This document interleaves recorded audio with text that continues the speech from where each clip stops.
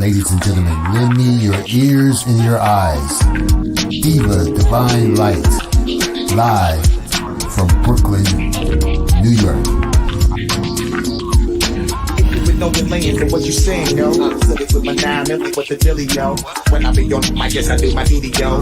While up in the club, I be while in the studio. You don't wanna vibe, nigga, really and truly, yo. My main thug, nigga named Julio, he moody, yo. I'm a nigga that'll slap me with the tulio. Bitch, nigga scared to death, act fruity, yo. Fuck that, look at shorty, she a little cutie, yo. The way you shake it, make me wanna get all in the booty, yo. You know the lane for what you saying, yo. Diva Divine Light. Really my heart to me. See what you got for me. Put more than years with my eyes to see. Still $1 in the place to be. If you really my heart to me. See what you got for me. Put more than years with my eyes to see. Still $1 in the place to be. If you. You're watching Diva, the Divine Light. A fun-loving, caring, passionate person who talks about sex, celebrity, and real-life issues, and even abuse. So hit that like button and make sure you share the show. Really my heart to me. See what you got for me. Put more than years with my eyes to see. Still $1 in the place to be. If you really my heart to me. See what you got for me. Put more than years with my eyes to see. Still $1 in the place to be. If you really my heart to me. See what you got for me. Put more than years with my eyes to see. Still $1 in the place to be. If you really my heart to me. See what you got for me. Put more than years with my eyes to see. Still $1 in the place to be. If you. Here comes the pitch, and it comes in wide. On the combo.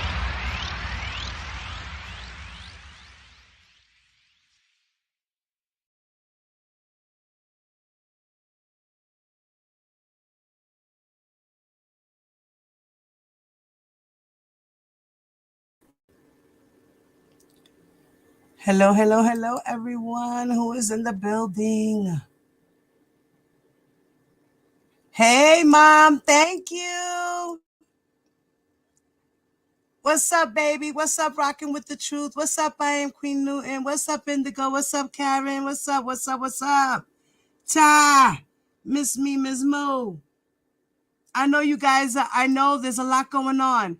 It's okay. I'm just doing this because I got to put the info out anyway.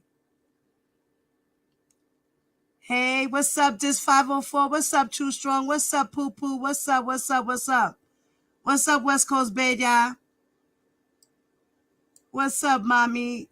Hi, Mom. Thank you for the super chat. Thanks, Mom. Love you. What's up? This is what we've been waiting for, guys. That's right, Mom. Get my threshold. I love you, Mom. What's up, Peter? Tears. I love you, Mama. What's up, guys? Oh, man, my mother's funny. I love you, Mom. So, guys, this is the moment we've been waiting for. I know you guys already probably know. Everybody got a heads up. I don't know if my internet is acting weird. Let me know because I know it's a little unstable. So please let me know if you guys can hear me good. I don't sound like I'm in the Matrix or anything like that. Hey, Lovely's Fair. What's up, Mommy? What's up, James? See you later. Thanks, Mom. Well, and thank you, Karen J, for that email, sis. Because you know what? I loaded it, and for some reason, it's not popping up in my send anywhere. So I'm glad you sent me that because I'm having an issue. Well, as we know that there is motion for an acquittal and a motion for a retrial, y'all. I don't know what's going on with this. This is so slow. Okay, wait. All right. So Ms. Bonjean put in the paperwork today, and she put in a notice of motion for a judgment of acquittal. She said, please take notice that upon the accompanying memorandum of law, defendant Kelly, through counsel, hereby moves for a judgment of acquittal. Respectfully submitted, Ms. Bonjean. Then she put in a certificate of service that she has filed a motion for a judgment of acquittal and memorandum of law in support of the motion. Okay. Let's get to that. Here we go, y'all.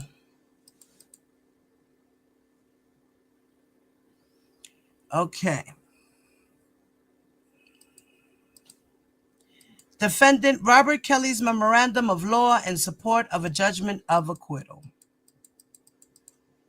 Okay, I'm going to the next page, but it's, that shit is acting up, y'all. I'm thinking maybe I should put new batteries in my mouse. Wait. Oh my God. I'm having an issue, guys. This is terrible. Okay, that was it. That's the first page. I didn't put this up on the screen because it's really acting really slow right now, guys. So she put in a table of contents, and it says, number 1, the government failed to prove defendant guilty of the offense of racketeering, count 1. So, racketeering, count 1. What was that, guys? Bribery, right?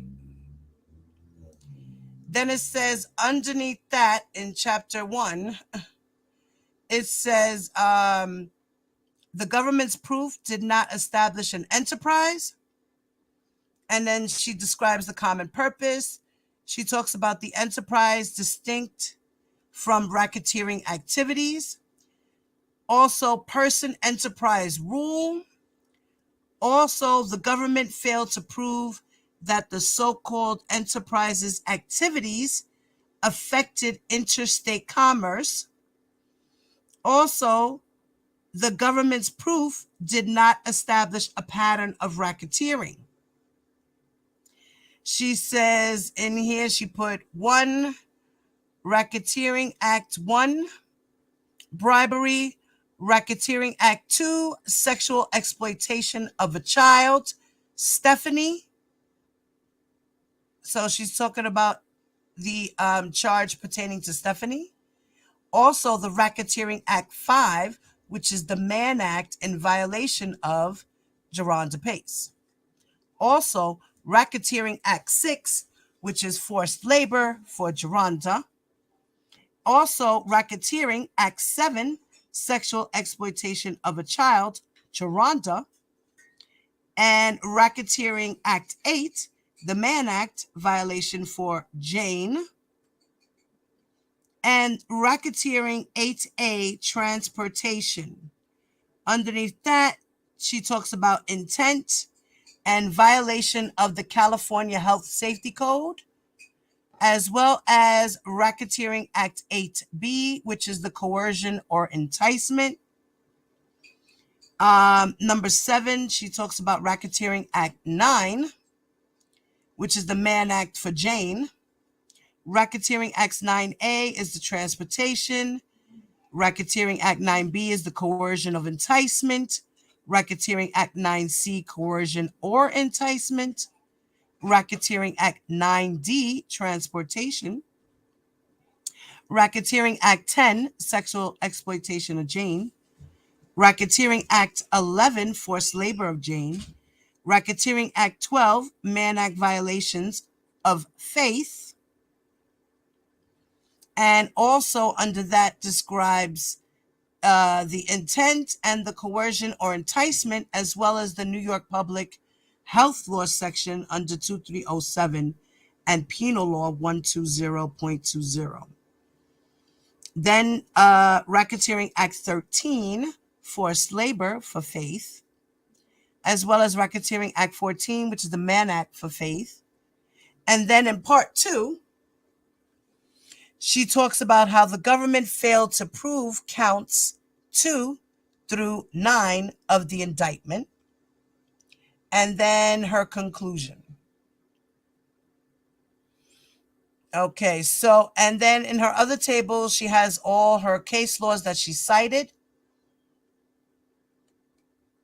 Okay. All right, I'm going up all the case laws she cited. It's a whole bunch of them here. Okay. All right, and then she puts in a bunch of statutes as well.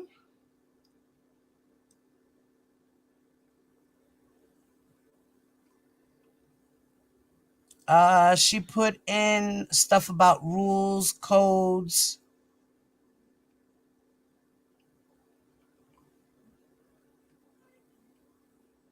All right. Okay. Here we go. Wait.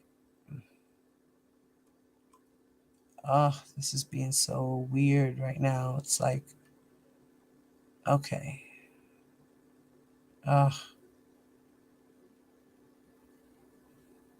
Okay. Let me get something to drink, y'all. Give me a second. Oh, I need something to drink.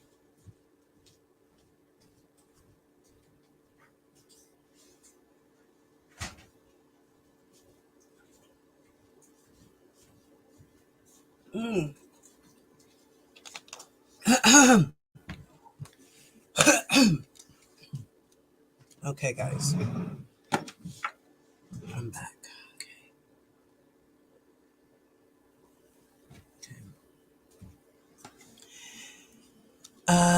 Let me make this a little bit bigger so I can see better.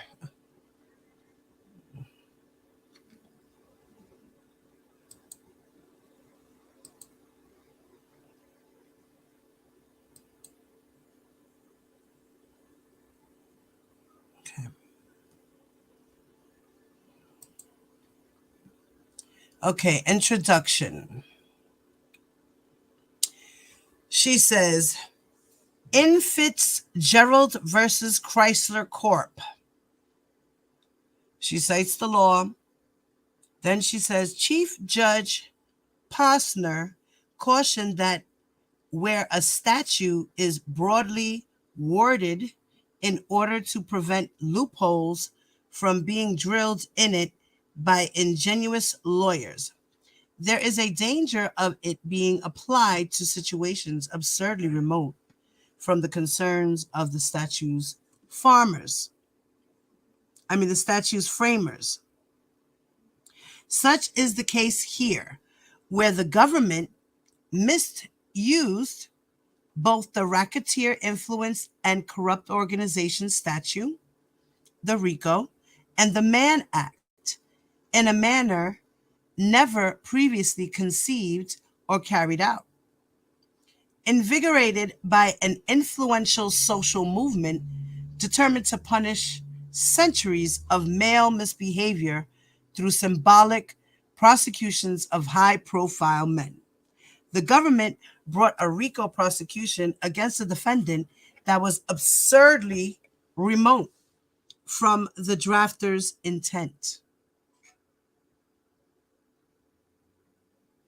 stretching the liberal construction clause well beyond the intent of Congress. The government constructed a RICO theory of prosecution designed not to effectuate the purpose of the RICO statutes of limitations obstacles.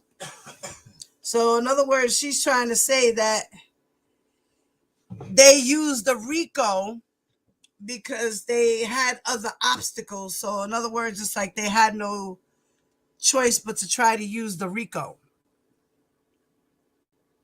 Then she says, adding to its history of celebrity Mann Act prosecutions, the government extended the broad language of the Mann Act to conduct it never intended to remedy. While the Mann Act may be an effective tool for combating human trafficking, it was not designed to punish sexual misconduct like that alleged against defendant, where defendants alleged transportation of females, largely consenting adults, what? Was incidental to his travels as a world-renowned performer. He is not guilty of Mann Act violations if the government intends to prosecute Mann Act violations. She's saying they were largely consenting adults? What? So she considers a 16-year-old a largely consenting adult? She considers a 17-year-old a largely consenting adult? Really? I could see Faith Rogers, she was an adult. Aaliyah, she was 15. Was she an adult? She's largely an adult? Is she? Stephanie was how old? 16? When she met R. Kelly? How old was Stephanie? I forgot. How old was Stephanie, y'all?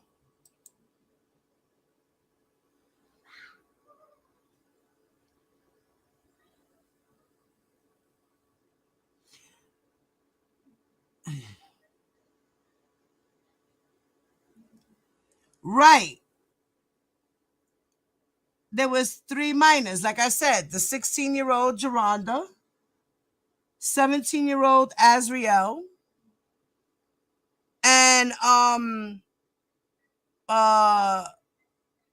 who was it that was Stephanie and the other girl? Who were the two? Shoot. Man, what was her name? What was the other Jane though? Guys, you guys remember? I can't think right now. That's crazy. Yeah, Aaliyah was 15. Geronda was 16. Azriel was 17. The other 2 girls, were they adults or was there one adult? One of the girls, wasn't they 16 and the other one was in her 20s? Who the hell was it again?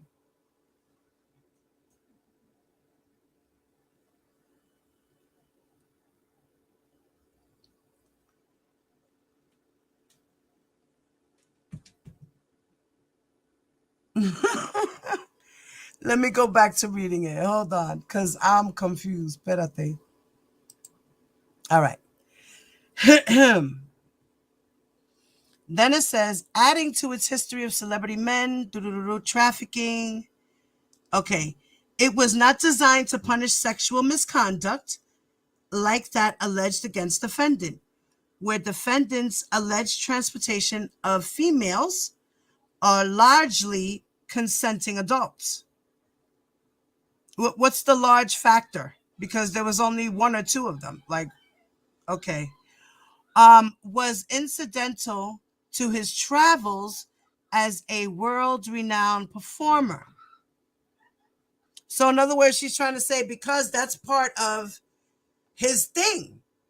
He travels with the girls. You know, he's a rock star. You know, he tours. So he travels with the girls from state to state. They'll get on the tour bus and they'll want to hang out with him and go to another state. And that's what she's trying to say. Like, it's just part of the business. Right? Then she says he is not guilty of Mann Act violations If the government intends to prosecute Mann Act violations in the fashion it did here, it might consider investigating the many influential, wealthy, mostly white corporate leaders who frequently arrange travel for paramours who later conclude that the experience was less than pleasant. What?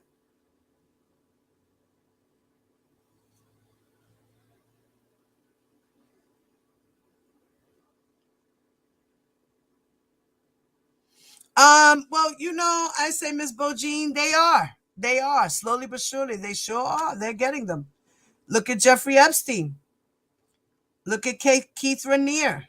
Look at Larry Nassar. Oh, there's more to come. We got Gates on the way here. Anybody else I should mention? Miss Bonjean? No, okay.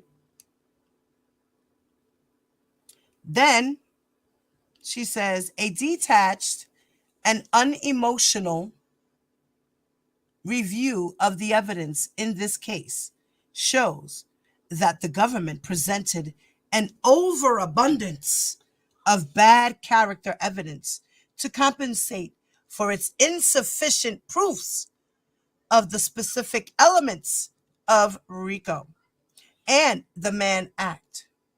Accordingly, this court must acquit defendant of the verdicts of guilt entered against him. Girl, that's not going to happen.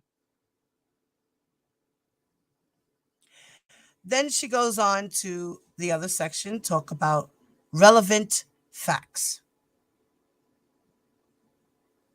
The government charged defendant with one count of racketeering based on 14 predicate acts and 8 standalone counts of violations of the Mann Act that were also charged as racketeering acts. With the exception of Racketeering Act 1, alleging the offense of bribery, the charged offenses involve conduct alleged by 5 women: Geronda, Jane Doe number 4, Jane, Jane Doe number 5, Stephanie, Jane Doe number 2, Sonia, Jane Doe number 3, and Faith, Jane Doe number 6. The jury returned a verdict convicting defendant of all charged counts, but acquitted him of those racketeering acts related to Sonia. Given the length of the record, defendant will incorporate relevant facts into the argument sections as appropriate.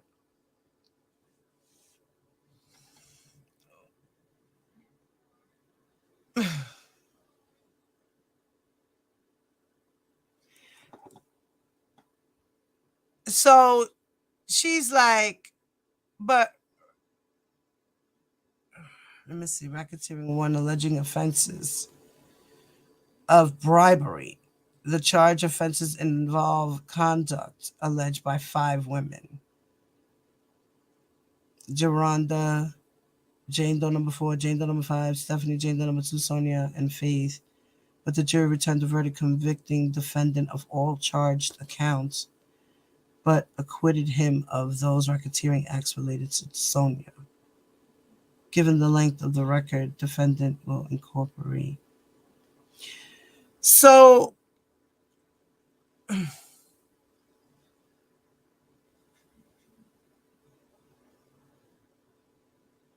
wait a minute. What is she trying to say? That in racketeering 1, it had to do with bribery, but it doesn't. It mentions Jane Doe 4, 5, 2, 3, and 6.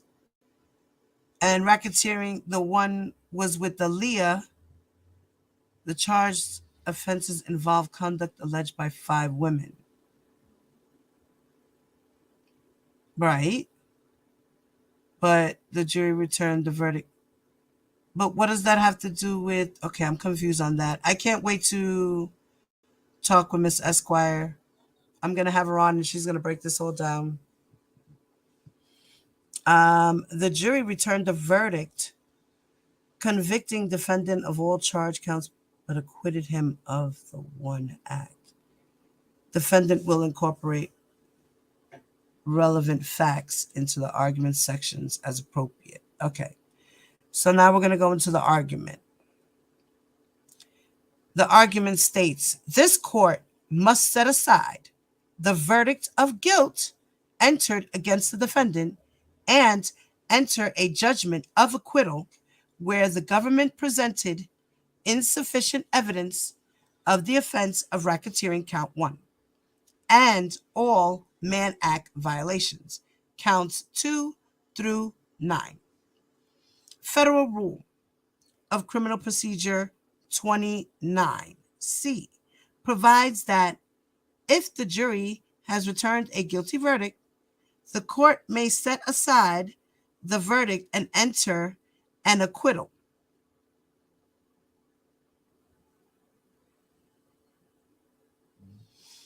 A court can enter a judgment of acquittal on the grounds of insufficient evidence only if, after viewing the evidence in the light most favorable to the prosecution and drawing all reasonable inferences in the government's favor, it concludes no rational trier of fact could have found the defendant guilty beyond a reasonable doubt. Then she puts in a law, United States versus Reyes, and it's to sustain a conviction. The jury must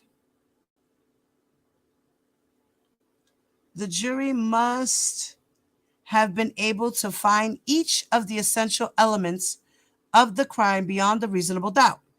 United States versus Jackson.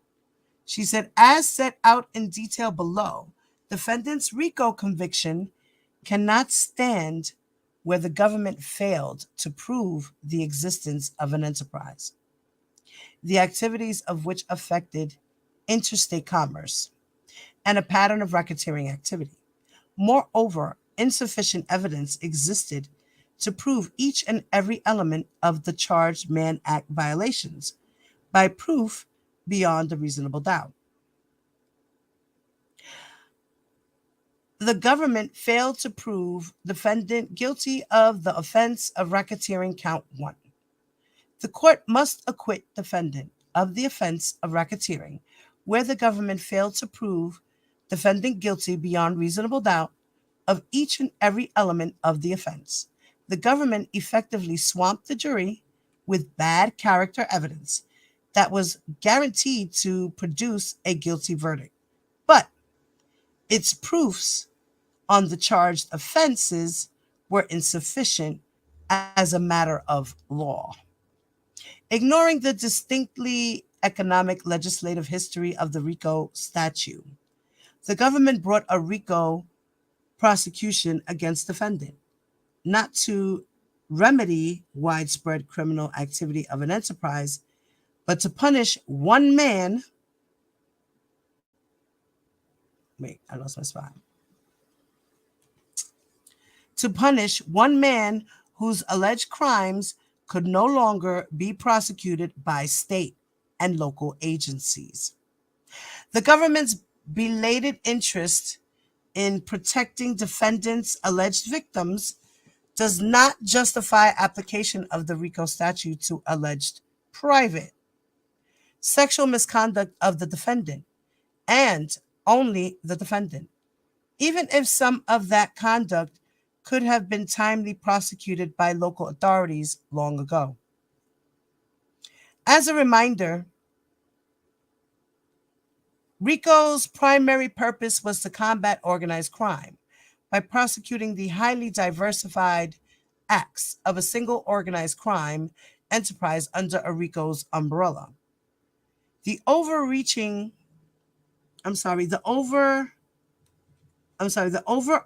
goal of the statute was to curb the infiltration of legitimate business. Legitimate business organizations by racketeering by racketeers. In its statement of finding and purposes accompanying the RICO statute, Congress declared the following. The Congress finds that 1.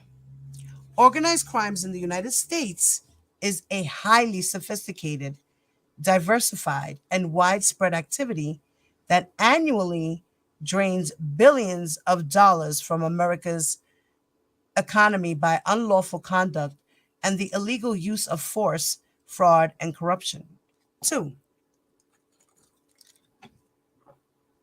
Organized crime derives a major portion of its power through money obtained from such illegal endeavors and syndicated gambling, loan sharking, the theft and fencing of property, the importation and distribution of narcotics and dangerous drugs, and other forms of social exploitation. 3. This money and power are increasingly used to infiltrate and corrupt legitimate business and labor unions and to subvert and corrupt our democratic processes. 4. Organized crime activities in the United States weakens the stability of the nation economic system, harm innocent investors and competing organizations, interfere with free competition, seriously burden interstate and foreign commerce, threaten the domestic security, and undermine the general welfare of the nation and its citizens. And 5, organized crime continues to grow because of defects in the evidence gathering process of the law, inhibiting the development of the legally admissible evidence necessary to bring criminal, other sanctions, or remedies to bear the unlawful activities of those engaged in organized crime, and because the sanctions and remedies available to the government are unnecessarily limited in scope and impact. It is the purpose of this act to seek the eradication of organized crime in the United States by strengthening the legal tools in the evidence gathering process, by establishing new penal prohibitions, and by providing enhanced sanctions and new remedies to deal with the unlawful activities of those engaged in organized crime. Organized Crime Control Act of 1970, and then it says blah, blah, blah, blah, blah. Then, admittedly, prosecutors have used RICO in a wide variety of circumstances under the statutes. Liberal Construction Clause, H.J. Inc. versus Northwestern Bell Telephone Company. And it says, the Liberal Construction Clause notwithstanding, the Supreme Court has acknowledged that the clause is not without limits. As the court held in Reeves, the Liberal Construction Clause was not an invitation to apply RICO to new purposes that Congress never intended. The government clearly exceeded those limits with this prosecution, as evidenced by its failure to prove the charged offense of racketeering. So all that mumbo jumbo is basically just saying the government didn't do its job. Oh, wait, I went too fast. Hold on.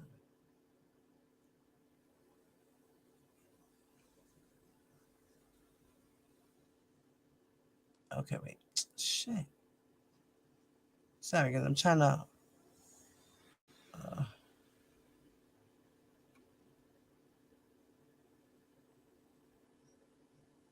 okay.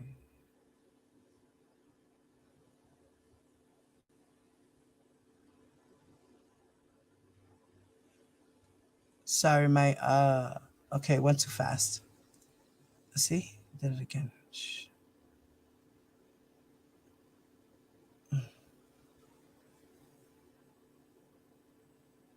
All right.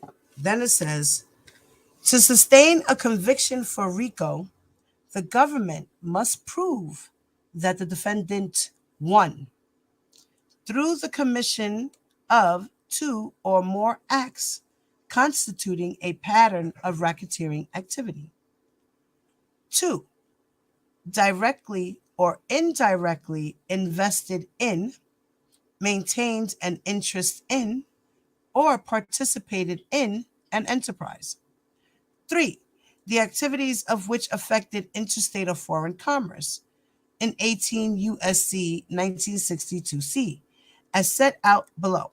The government offered insufficient proof of all elements of the offense of racketeering.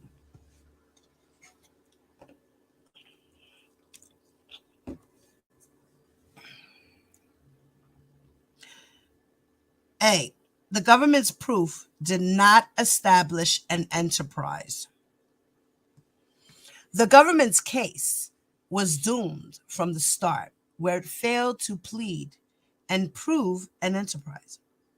An enterprise includes any individual, partnership, corporation, association, or other legal entity, and any union or group of individuals associated in fact, although not a legal entity. In 18 U.S.C. 1961-4, the United States Supreme Court has defined a RICO enterprise as a group of persons associated together for a common purpose of engaging in a course of conduct. United States versus Turk. See also Boyle versus United States. An enterprise is demonstrated by evidence of an ongoing organized, formal or informal, and by evidence that the various associates function as a continuing unit. First Capital Assessment Management Inc. versus Satin Wood. Okay, that was another case law. For an association of individuals to constitute an enterprise, the individuals must share a common purpose to engage in a particular fraudulent course of conduct and work together to achieve such purposes. Well, I think they showed that on how he had his people moving things around and booking flights and booking hotels and doing all these things. Isn't that considered his associates? I mean, really.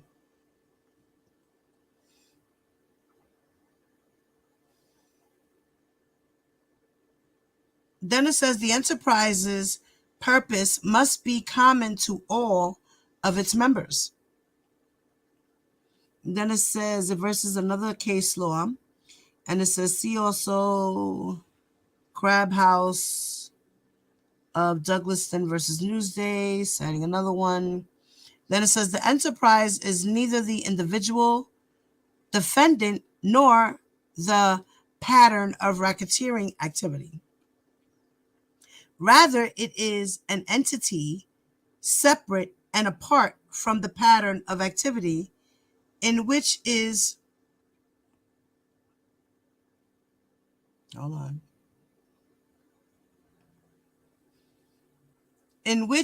engaged and must be alleged and proved separately. However, there must be a nexus between the enterprise and the racketeering activity that is being conducted. And then it says another case law. Is furthermore, the RICO enterprise must have an ascertainable structure separate and distinct from the pattern of racketeering activities. Finally, for 1962C purposes, the person charged with the RICO violation and the alleged enterprise must be separate and distinct from one another.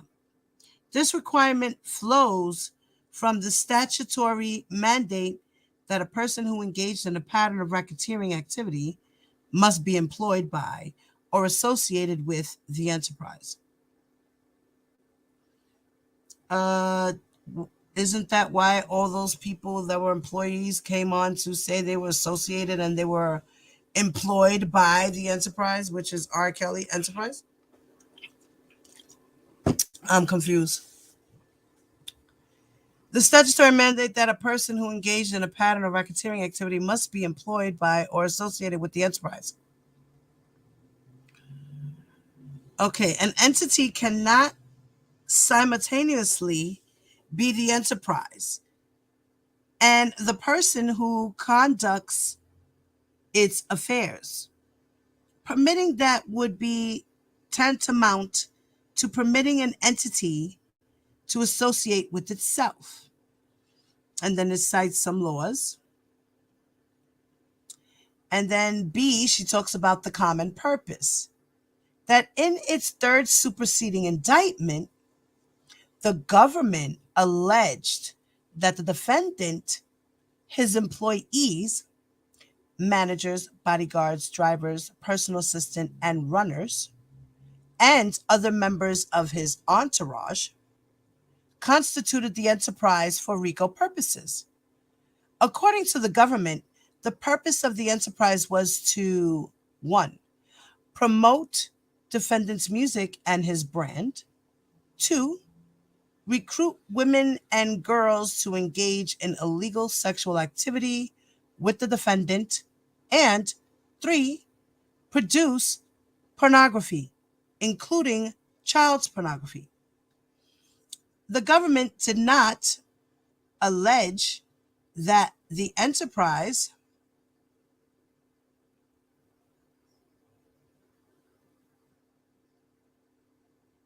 hold on, I gotta get to the next page. That the enterprise constituted a legal entity, but rather an association of individuals. What? Docket number 43, superseding indictment. As held in Satinwood Supra for an association of individuals to constitute an enterprise, the individuals must share a common purpose to engage in a particular fraudulent course of conduct and work together to achieve such purposes. Emphasis added. Thus, for the government to establish an enterprise here, it was required to prove that the defendant, his employees, and entourage came together with the common purpose of recruiting women and girls to engage in illegal sexual activity and produce pornography, not merely the broader purpose of promoting defendant's music or brand. Assuming the defendant's employees and entourage did share a common objective of promoting defendant's music, that objective had no nexus to the underlying racketeering activity. Defendant did not go through all the trouble of becoming a world-famous R&B singer for the purpose of engaging in illegal sexual activity.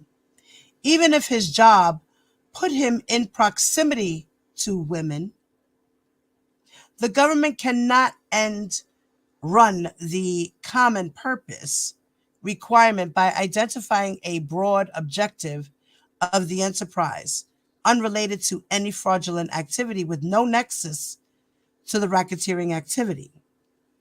The government's evidence of an enterprise was insufficient because it failed to establish that defendant's employees and entourage shared the common purpose of recruiting women to engage in illegal sexual activity with defendant that included creating pornography. Okay, wait a minute. So in other words, she's trying to say that the common purpose, the enterprise did not have a common purpose, because you're saying that R. Kelly's common purpose was to lure girls in to have sex with him, and do degrading things and violate minors, right? That's his common purpose. Now, the enterprise common purpose was to help him recruit the girls for him. But that she's trying to say that that's not a common purpose because the guys didn't, the entourage, the managers, the runners, and all that shit didn't have the same common purpose as him. You can't charge him as an enterprise. He can't, because he alone allegedly wanted to have illegal sexual activity with the girls, not his entourage and everybody else. Is that what she's trying to say? What do you guys think? Let me see what you guys are saying over there. Let me go to my screen. I've been reading for a minute. Let's see what y'all saying over here. Okay. Blah, blah, blah. Deny. Damn it. Hey, Aisha. What's up, mama? What's up, T-Bam? Police, attorney, city office, private investigator, etc. Denied. His enablers was on payroll. Exactly. That's what I'm saying. They were on payroll, but what she's trying to say is that they didn't have that common ground, that common purpose to be labeled as an enterprise.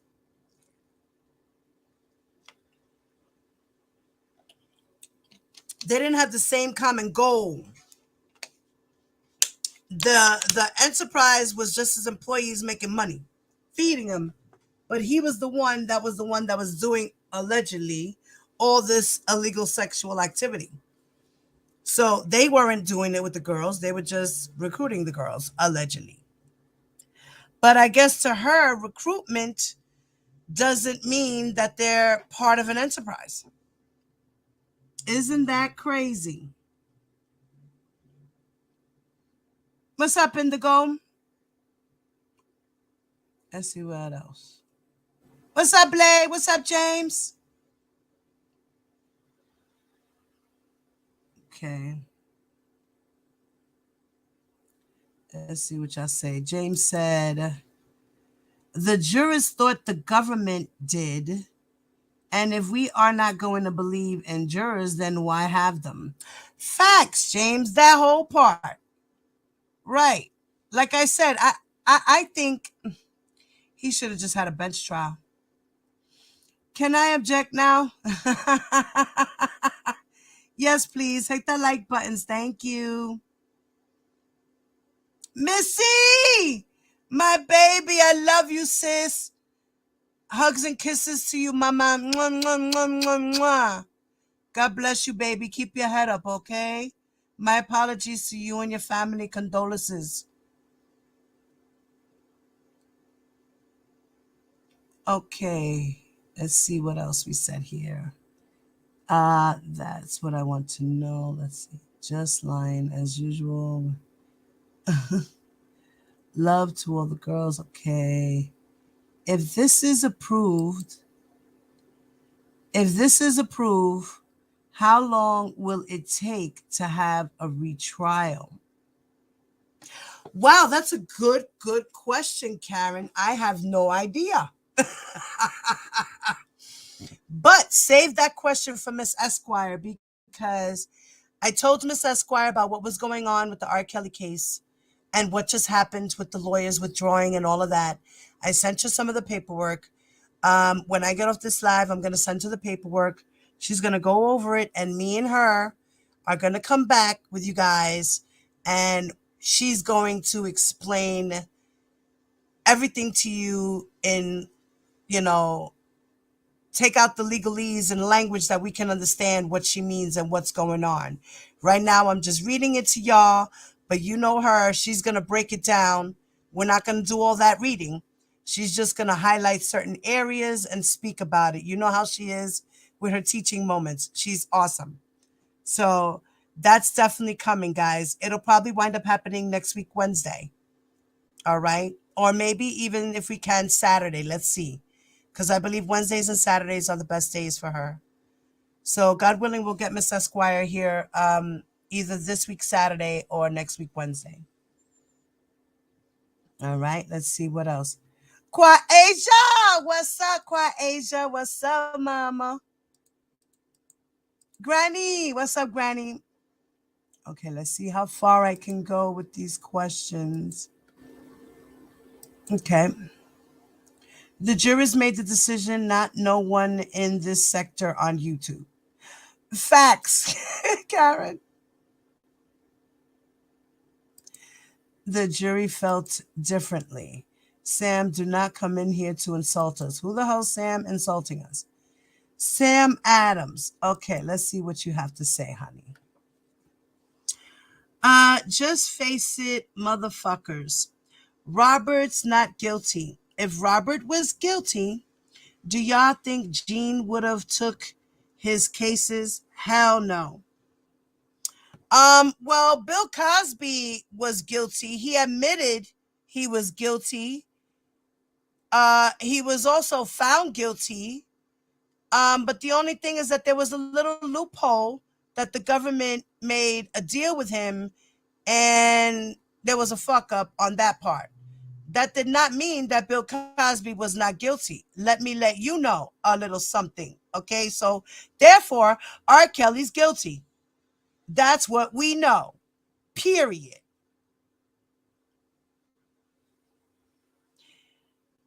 Jean, in her motion, said 1 through 10 wasn't proved. No RICO, no racketeer, no forced labor. No.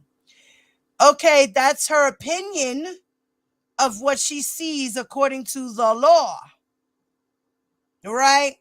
But when they come back for this new trial, don't you think that if anything was a mistake, you don't think the prosecutors are going to correct it?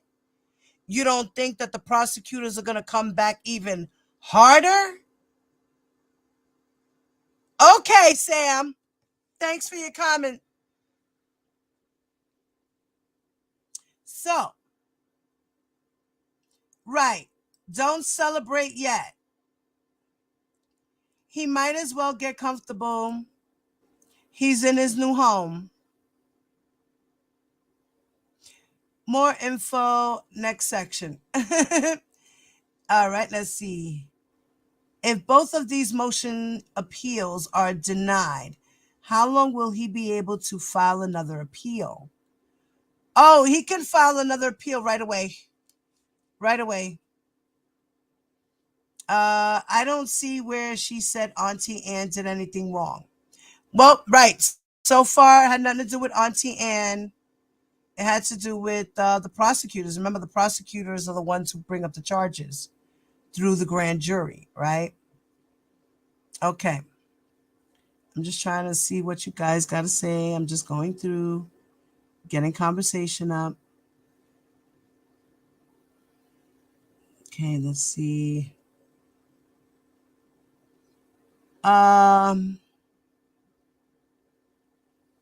He's the one who wanted it. Which company did the enablers and handlers get their paychecks from? RSK Enterprise, right? LLC. Mm-hmm. I'm sure. Where's my water? Oh, man.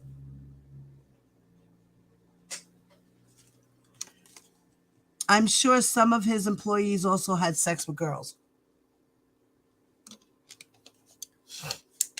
Yeah, might have. You're right. He might have. I am not impressed with her.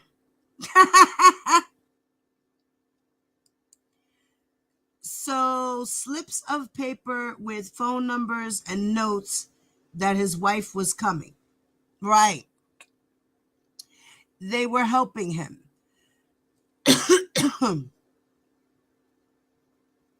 Except for little booty eating ass, James. I'm not impressed either. Bullshit. Exactly, Goon. What's up, Goon? Ta! I love you too, Mama. Yeah, she asked for a retrial. She sure did. That's coming up.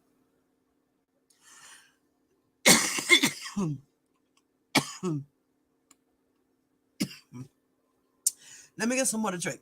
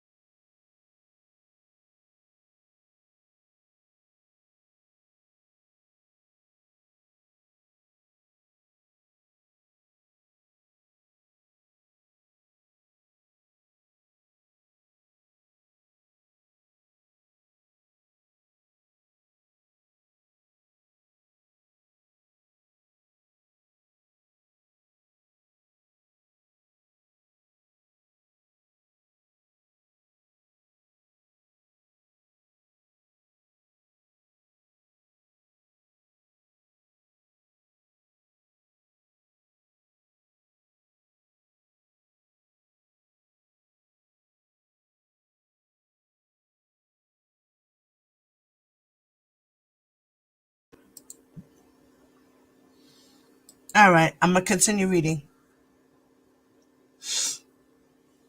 Okay, so the government's evidence of an enterprise was insufficient because it failed to establish that defendants' employees and entourage shared the common purpose of recruiting women to engage in illegal sexual activity. With defendant, that included creating pornography. Notably, the government does not define illegal sexual activity, but based on the predicate acts charged, the government contends that defendants' employees and entourage shared an objective of ensuring that defendant had his sexual needs met by women, some but not all underage women, while at home and while traveling, was able to control these women to engage in sexual conduct the government deems abusive, was able to videotape his sexual activities with these women.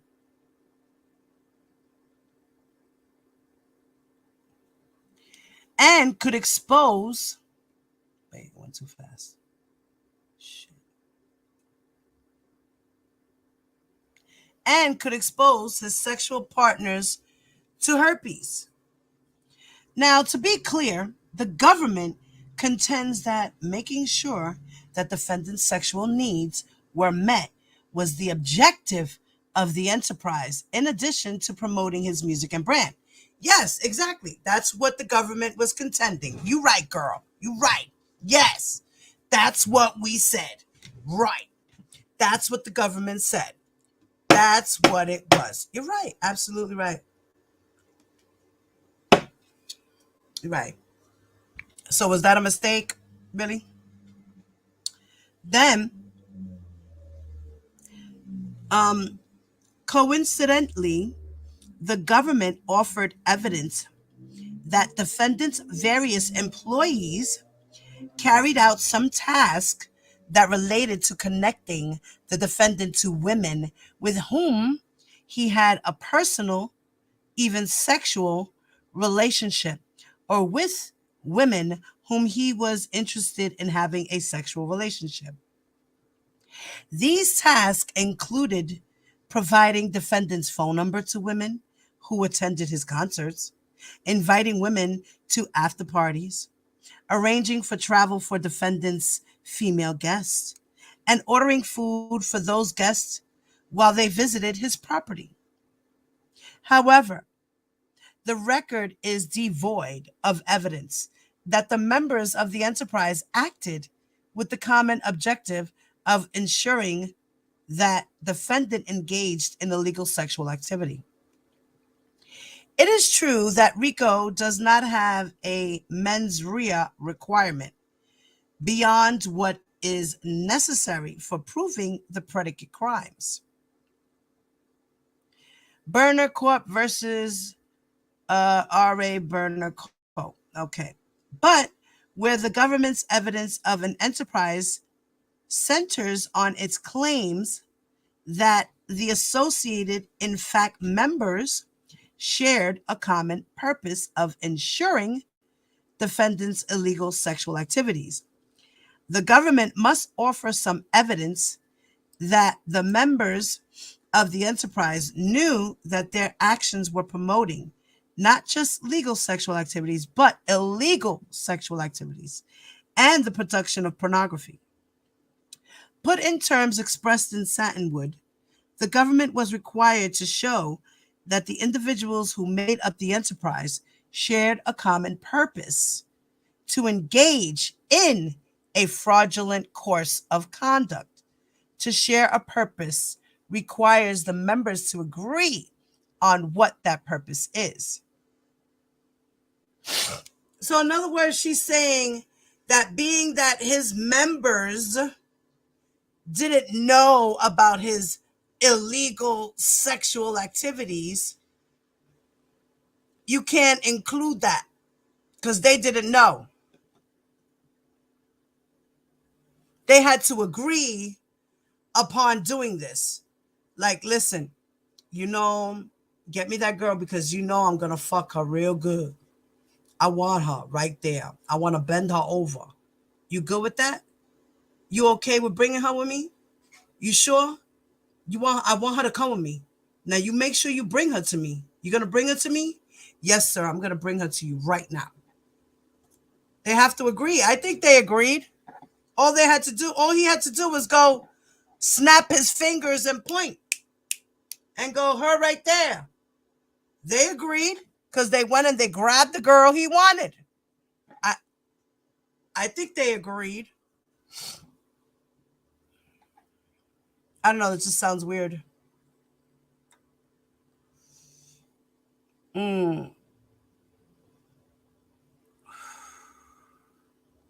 Defendant is not claiming that each member of the enterprise must have possessed knowledge about every predicate act that the defendant is alleged to have committed.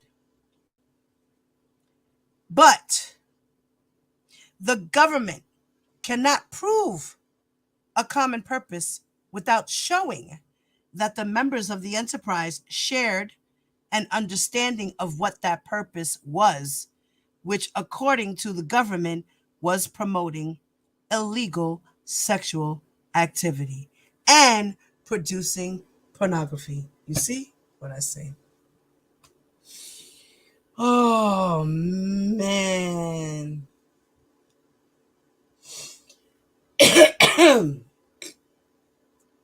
How's she gonna say that?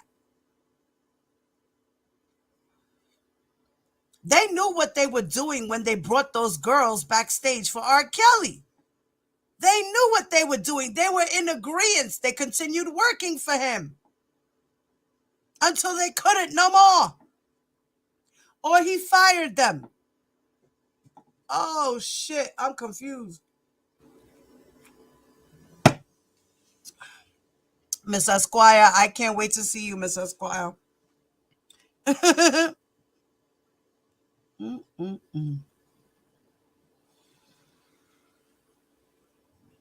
Despite its bullying tactics, the government came up short on evidence that all of defendants' employees who made up this vague enterprise were working as a continuing unit to ensure defendant could engage not just in sex, but illegal sex.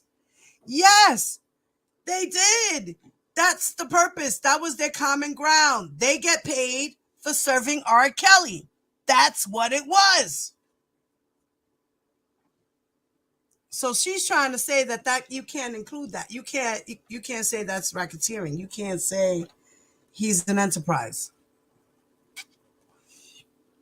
No employee testified that he/she understood that their purpose in the enterprise was to recruit underage women, nor did any member of the enterprise present any testimony that they had any knowledge about defendant's herpes diagnosis. Where's we need to get Terry Allen again. Terry Allen needs to go testify.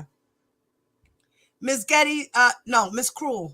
Angel Cruel, Miss Cruel, you need to get Terrence. He will tell you that he used to be, as the bus driver, he would pick up his medicine for him. And he knew it was herpes medicine because he looked it up.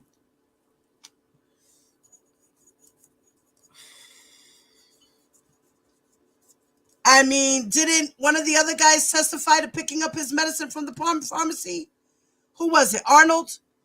One of them testified and said that they used to pick up his fucking herpes medicine. Was she reading the same thing we were?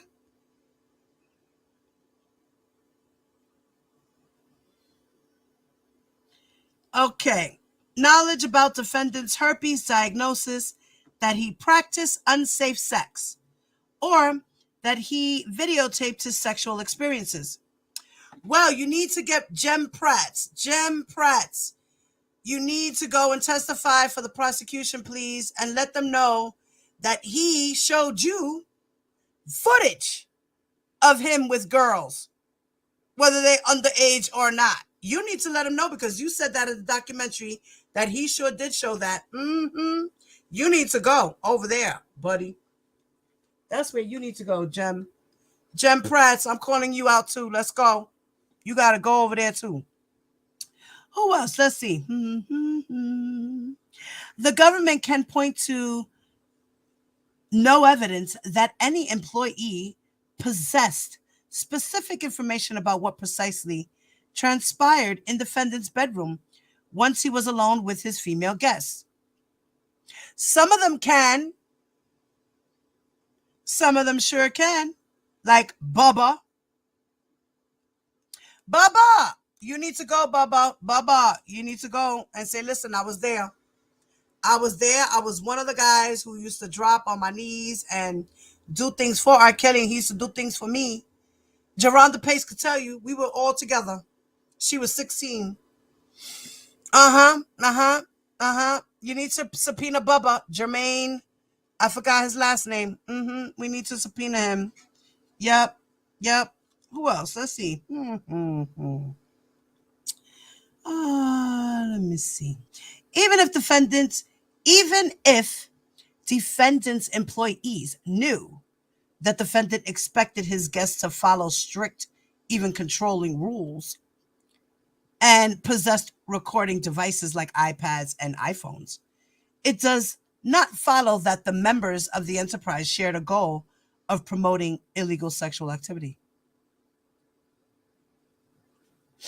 See, like Angie said, sometimes in these motions and things like that, and when you're coming and you're doing the trial, you have to watch your wording. Because just because of their wording, that could fuck up everything because of the wording.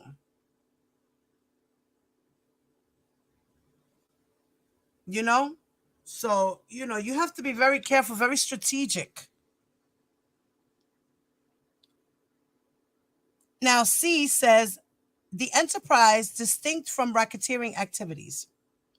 To the extent the government argues that its evidence showed that the members of the enterprise shared a common purpose and had knowledge of promoting the defendant's illegal sexual conduct, the government has failed to demonstrate that the purpose of the enterprise was distinct from the racketeering activities. United States versus Smith. United States versus Keltner. Okay.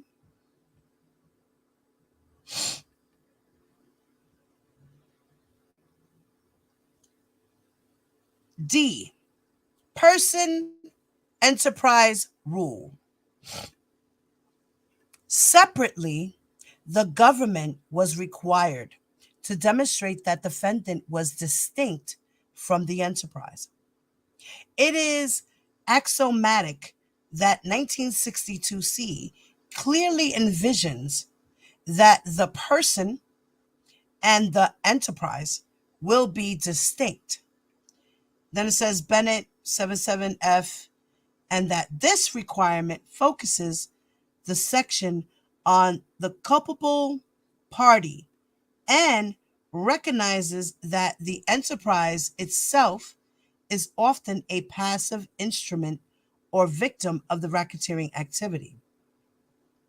Then it cites the United States Supreme Court has held that a RICO defendant must have participated in the conduct of the enterprise's affairs, not just his own affairs. Then it cites another law, and then it says the government cannot plead its way around the distinctness requirement by simply alleging that the enterprise is defendant's inner circle and introduce a series of headshots of all of defendant's former employees as evidence of an enterprise. The enterprise, as alleged by the government, existed because of its goal to promote the defendant in his legal and alleged illegal sexual activities. It had no function unrelated to the defendant. Under this factual pattern, the distinctness requirement was not satisfied. Because the government's RICO prosecution under this fact pattern is entirely unique, there is a dearth of factually analogous authority on this issue. That said, guidance offered in factually dissimilar. Oh my goodness, Lord have mercy. I'm tripped up. Hold up. That said, guidance offered in factually dissimilar cases leads to the clear conclusion that the government failed to prove an enterprise distinct from the defendant. In Riverwood Supra, the plaintiff Riverwoods Chappaqua Corporation claimed that through acts of extortion and mail fraud, the defendant Marine Midland Bank coerced Riverwoods to restructure loan agreements between Riverwoods and Westchester Federal Savings, later acquired by Marine Midland Riverwoods. Riverwoods purchased a property in Newcastle, New York, to develop residential condominiums and obtain a loan from Westchester Federal Savings. And Westchester Federal Savings made a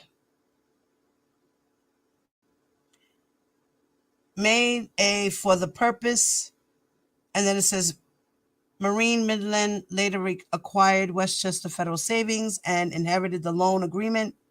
According to Riverwoods, shortly after the acquisition, Marine Midland officers made it clear that they intended to dishonor the existing agreement and that they engaged in extortive behavior to force Riverwoods to enter a new loan agreement with terms more favorable to Marine Midland.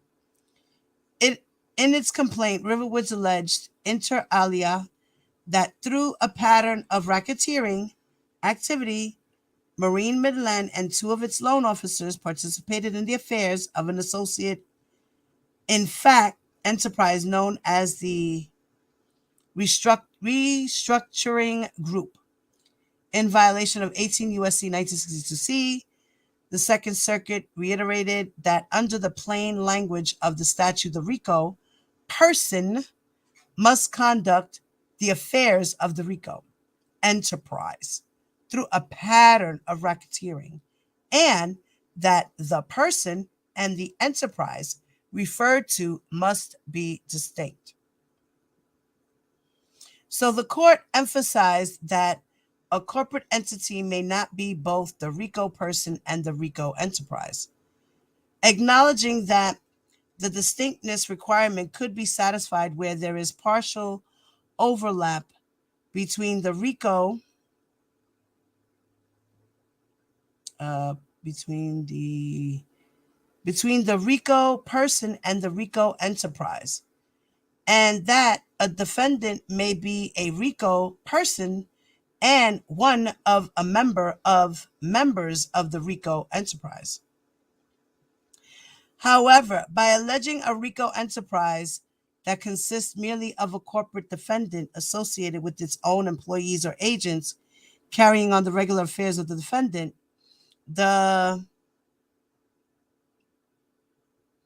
distinctness requirement may not be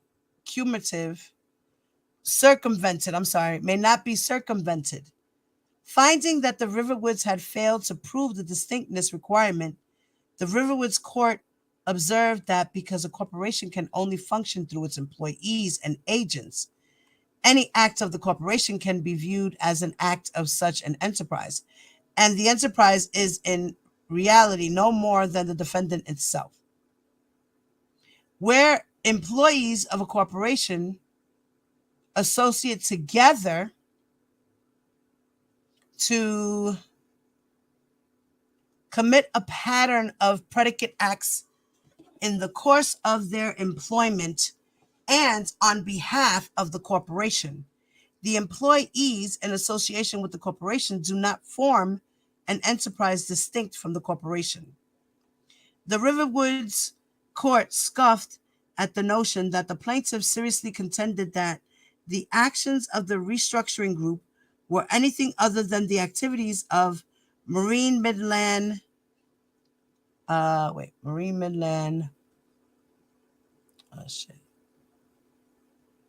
employees carrying out the business of that bank.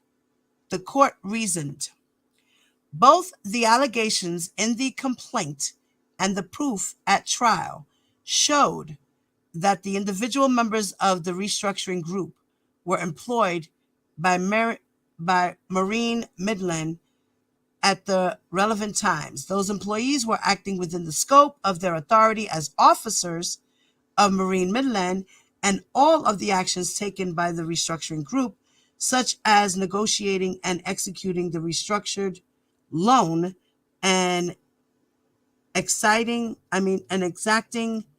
personnel guarantees from Shapiro, were undertaken on behalf of Marine Midland and were directly related to the bank's business. The Second Circuit reached a similar conclusion in another case law. There, Discount Inc. was a New York corporation whose primary business was to provide removal services to telephone companies. Discount argued that the defendant, Nynex, a holding company that controlled subsidiaries, conspired with AT&T Technologies to eliminate Discount from the market removal services by defrauding the public. Discount sued Nynex defendants for civil RICO, alleging that the Nynex group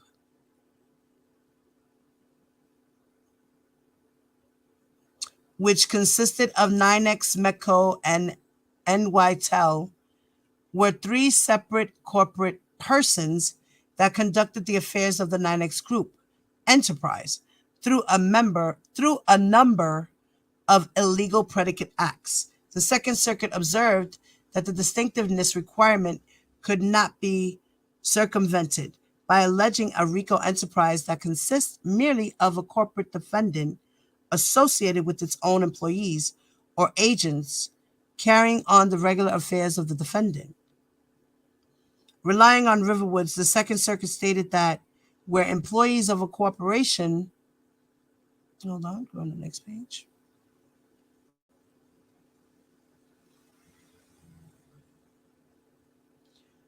Employees of a corporation associate together to commit a pattern of predicate acts in the course of their employment and on behalf of the corporation.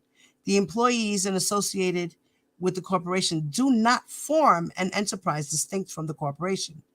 The court observed that, like the defendants in Riverwoods, Nynex, Metco, and NYTEL operated within a unified corporate structure, and even though they were legally separate entities.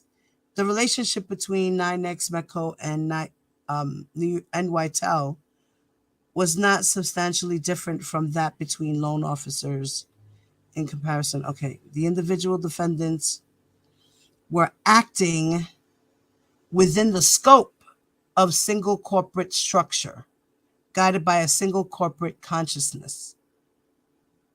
See also Atkins, finding no enterprise distinct from the person where the defendant bank, its holding company, and 3 employees were not associated in any manner apart from the activities of the bank. Okay, is she just like going through all these?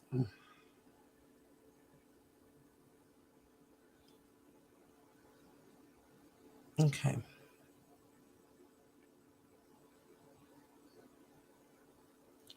So she says, applying the rules of the foregoing cases, the government failed to prove an enterprise distinct from the defendant by alleging a RICO enterprise that consists of defendant and his own employees/agents carrying on his affairs, namely promoting his brand, his music, and his sexual needs.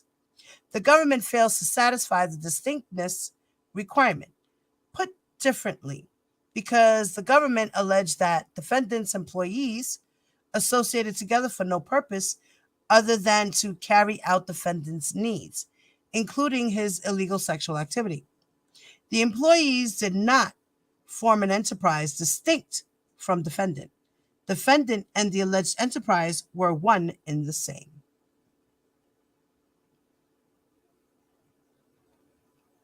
Now, the government failed to prove that the so-called enterprise's activities affected interstate commerce. To sustain a conviction for racketeering, the government must offer proof beyond a reasonable doubt that the alleged racketeering activity affected interstate commerce. 18 U.S.C. 1962 A through C, Section 1962 C, declares that it is illegal for any person employed by or associated with any enterprise engaged in or the activities of which affect interstate or foreign commerce to conduct or participate directly or indirectly in the conduct of such enterprises' affairs through a pattern of racketeering activity. This provision anchors the Act to Article 1, congressional power, by incorporating an affecting interstate commerce requirement. The United States Supreme Court has determined that an enterprise is engaged in commerce when it is directly engaged in the production, distribution, or acquisition of goods or services in interstate commerce. United States versus Robertson. However, consistent with the liberal construction clause of the RICO Act, some courts have held that the racketeering activity of the enterprise need only have a de minimum effect on interstate commerce. This court instructed this jury, consistent with the view that the government needed only prove that beyond a reasonable doubt that the enterprise had a minimal effect on interstate commerce. Docket number 117, 1, the jury charge. This court further instructed the jury that it is not necessary for the government to prove that the individual racketeering acts themselves affected interstate or foreign commerce. Rather, it is the enterprise and its activities considered in their entirety that must be shown to have had that effect. No source was provided for this specific statement of law. Assuming the government was only required to prove that the enterprise had a de minimis effect on interstate commerce, the government failed to establish that element by proof beyond a reasonable doubt, because the existence of the enterprise in this case hinges on the specific activity of promoting defendant's illegal sexual activity rather than promoting his music. The government was required to prove that those racketeering acts affected interstate commerce. Courts have held that to satisfy RICO, only the enterprise, and not the predicate acts themselves, but affect interstate commerce. However, that is only where there a nexus between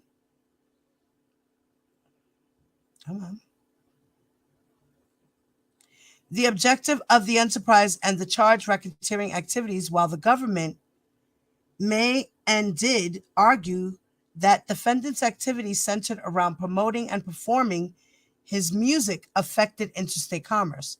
The charged racketeering acts are untethered to those activities. The government cannot end run the affecting commerce requirement by claiming an economic purpose of the enterprise that has no connection to the charged racketeering activities. The government's ability to prove an enterprise turns on its claim that the purpose of the enterprise was to promote defendants' illegal sexual activities and create pornography. I'll bet for Alibet albeit for his own personal use. Thus, the government does have to prove that those activities affected interstate commerce. Now, interstate commerce, that's traveling from state to state. What do you mean? Okay.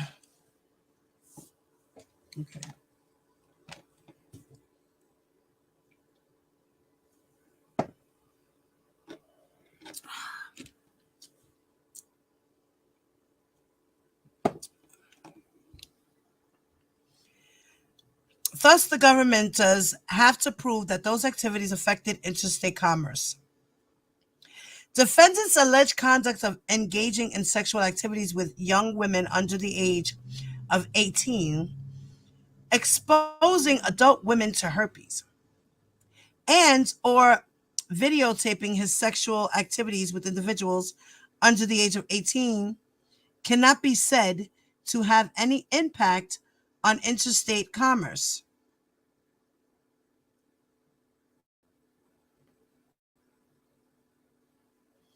But isn't traveling with the girls back and forth interstate commerce?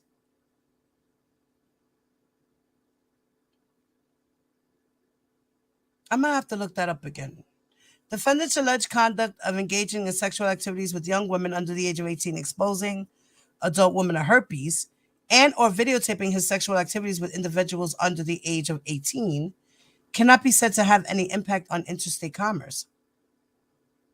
Indeed, the de minimis effect approach here amounts to an unconstitutional extension of Congress's commerce power and is contrary to RICO's distinctly economic legislative history. It is beyond debate that the legislative history and the congressional findings accompanying the act reflect Congress's prevailing concern with the negative economic impacts of criminal infiltration into legitimate businesses. Some scholars have argued that eradicating criminal infiltration of legitimate business activities was the act's only purpose. Admittedly, the Supreme Court in Turk sanctioned the application of RICO to non-infiltrations when it held that a RICO enterprise may be a wholly illegitimate organization. And I don't mean wholly like the Bible. I mean wholly like a whole circle. Scholars have observed that Turk marked an expansion in RICO prosecutions. D'Angelo Frank note, turf wars, street gangs, and the outer limits of RICOs affecting commerce requirement. 76 Fordham L. Reverse, 2008. D'Angelo writes. He writes, the first wave of expansion extended RICO in the areas of government and corporate corruption. During the 1980s, federal prosecutors used RICO to prosecute corrupt corporate officers, state officials, and judges. A second wave saw prosecutors use RICO to prosecute violent gangs. Until the late 1980s, murder was rarely prosecuted in federal court.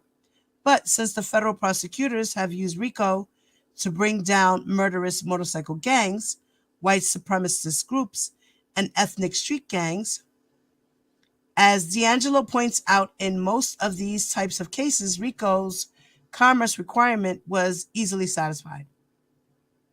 In all of those scenarios, an economic motive was driving the racketeering activities.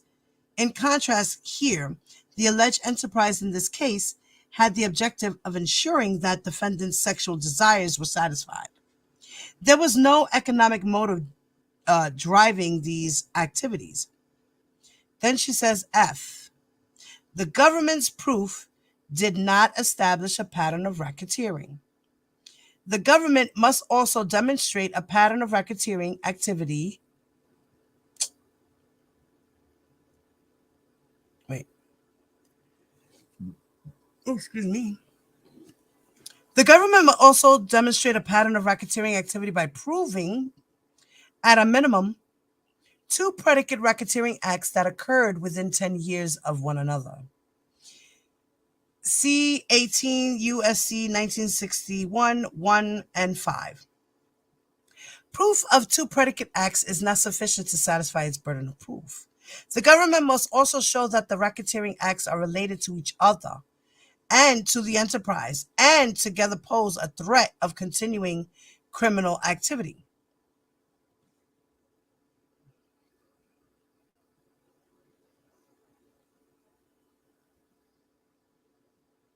Wait. Okay, predicate acts must bear a relationship to each other that manifests the continuity required to prove a pattern. Well, they said he started this back in 1994 with Aaliyah all the way up in 2000 till 2018. What more do you want? I mean, really? And if he was out right now, he would still be doing what he's doing. He was in a trial and got acquitted for it because he beat his case, right, by obstruction of justice, allegedly, got out and continued his antics. And he was doing it even while he was waiting for trial. How is that not a pattern? She ain't winning this. What? Lord.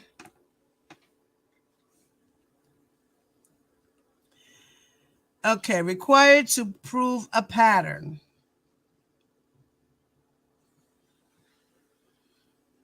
Okay, wait. I went too fast there. This court observed in Rich that the Supreme Court has instructed courts to interpret the pattern element the same way in civil and criminal cases. So, inapplicable to perpetrators of isolated or sporadic criminal acts, criminal conduct only forms a pattern if it embraces criminal acts that are related. Focusing on the relatedness requirement, the predicate crimes must be related both to each other, termed horizontal relatedness, and to the enterprise as a whole, termed vertical relatedness. Horizontal relatedness can be shown through predicate acts that have the same or similar purpose, results, participants, victims, or methods of commission, or otherwise are interrelated by distinguishing characteristics and are not isolated events. Relatedness shown by temporal proximity or common goals or similarity of methods or repetitions, where the enterprise in question is not primarily in the business of racketeering activity.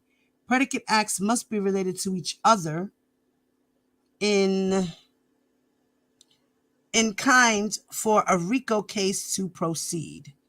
Give me one moment, guys. I gotta pause for a second. I gotta wake up my husband.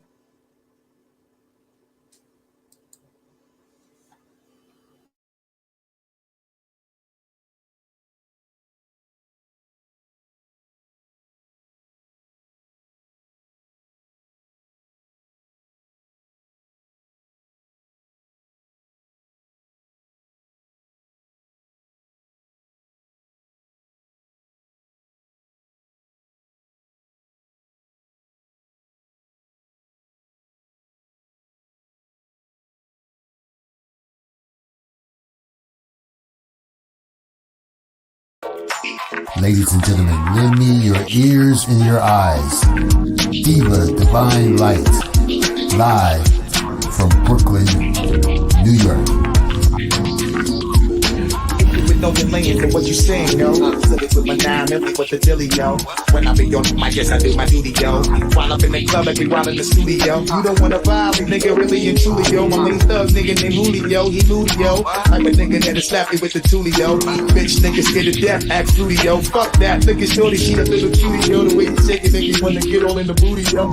With no lanes and what you saying, yo. Diva Divine Light. Really my heart to me. Fuck me, see, that's what you got for me. Good boy, the kids with my eyes to see. Still $1 in the place to be. If you really my heart to me. Fuck me, see, that's what you got for me. Good boy, the kids with my eyes to see. Still $1 in the place to be. If you. You're watching Diva, the Divine Light. A fun-loving, caring, passionate person who talks about sex, celebrity, and real-life issues, and even abuse. So hit that like button and make sure you share the show. Really my heart to me. Fuck me, see, that's what you got for me. Good more than kids with my eyes to see. Still $1 in the place to be. If you really my heart to me. Fuck me, see, that's what you got for me. Good more than kids with my eyes to see. Still $1 in the place to be.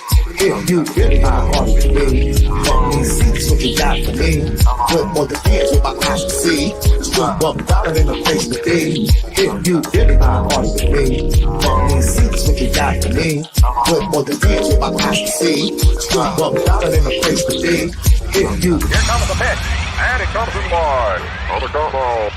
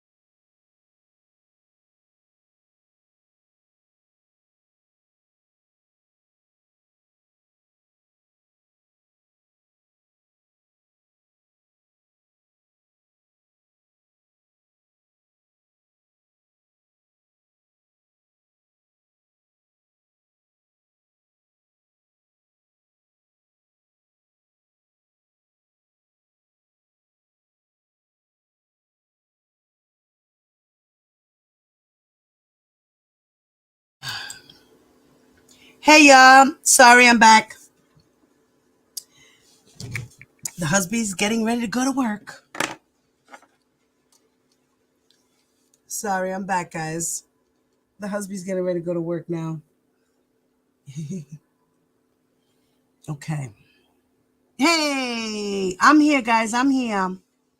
I had to deal with the hubby. Give me a moment, y'all. All right, let me go back to reading. I said to myself, do I really want to read all this shit? Lord, it's a lot. It's a lot, guys. Okay. Where were we? All right. So now, horizontal relatedness can be shown through predicate acts that have the same or similar purpose, results, participants, victims, or methods of commission, or otherwise are interrelated by distinguishing characteristics and are not isolated events. So, relatedness shown by temporal proximity or common goals or similarity of methods or repetitions, where the enterprise in question is not primarily in the business of racketeering activity. Predicate acts must be related to each other in kind for a RICO case to proceed. Vertical relatedness requires only that, that the defendant was enabled to commit the offense solely because of his position in the enterprise, of his involvement in or control over the enterprise's affairs, or because the offense related to the activities of the enterprise. United States versus Burden. Then it says, with regard to the continuity requirement, the government must present evidence regarding the timing and temporal scope of the alleged racketeering acts to demonstrate either close or open-ended continuity. Criminal activity that occurred over a long period of time in the past has close-ended continuity, regardless of whether it may extend not the future. Close-ended continuity is primarily a temporal concept that requires that the predicate crimes extend over a substantial period of time. What? Like I said, he started this from way, way, way back in his way, way past. I'm confused. Now I'm confused. I'm lost. I am totally lost. You know what? Let me light up a spliff on this note too. Word. I need one right now on this shit. I'm only on page 25. We got to 63.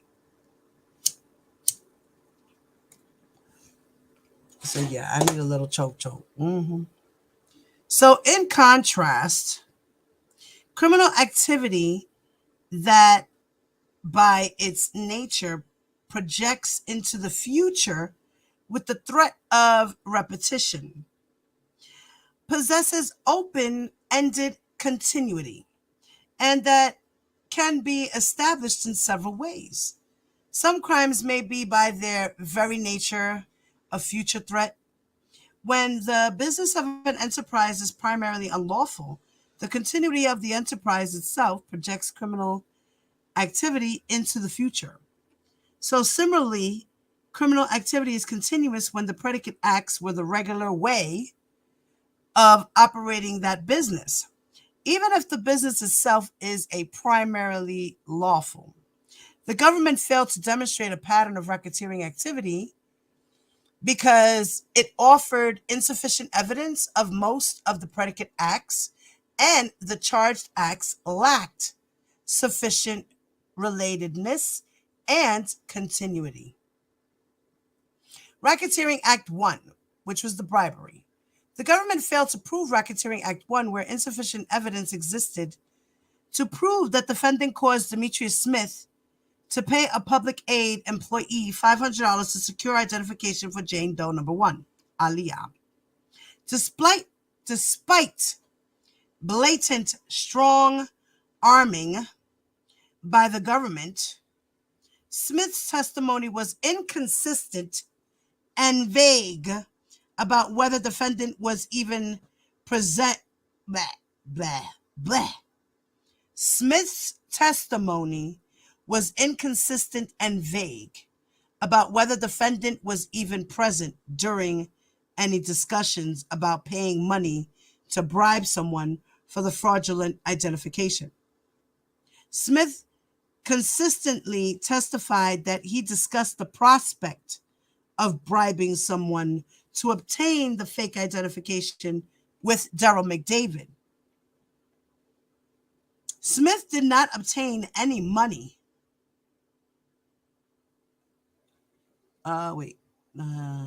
Obtain any money from the defendant and did not recall discussing it with him, although he allowed that he might have. Whenever Smith failed to testify precisely as the government wanted, he was refreshed with his prior statements, not because he needed refreshing, but as a clear reminder that if he contradicted himself, he could be charged as a co-conspirator. That type of bullying pervaded Smith's examination and suggested that Smith's testimony may have been pressured by the government. Demetrius Smith, stop protecting R. Kelly. You came out with a lot of shit when you wrote your book. You should have kept on with what you was doing.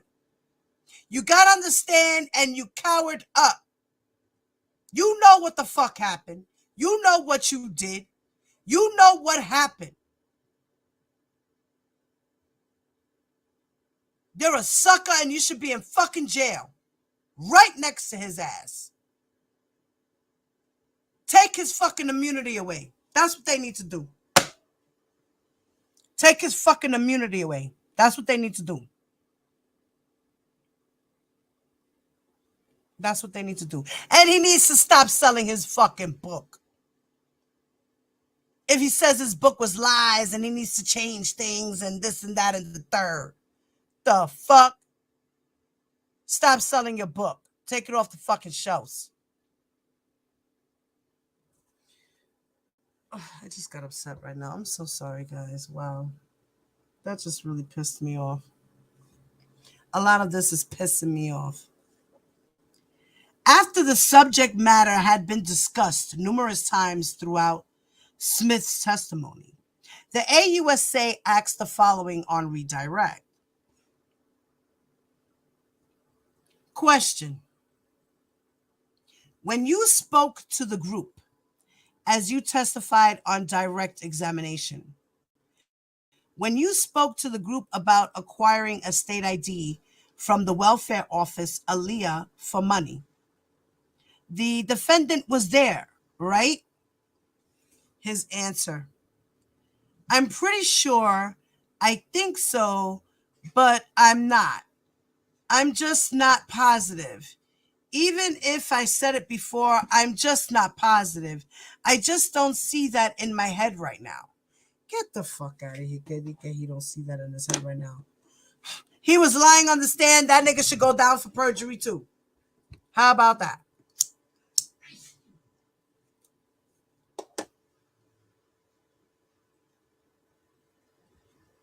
Then it continues to say, not satisfied with that answer, the AUSA asked Smith again whether the defendant was present when there was any discussion about a bribery.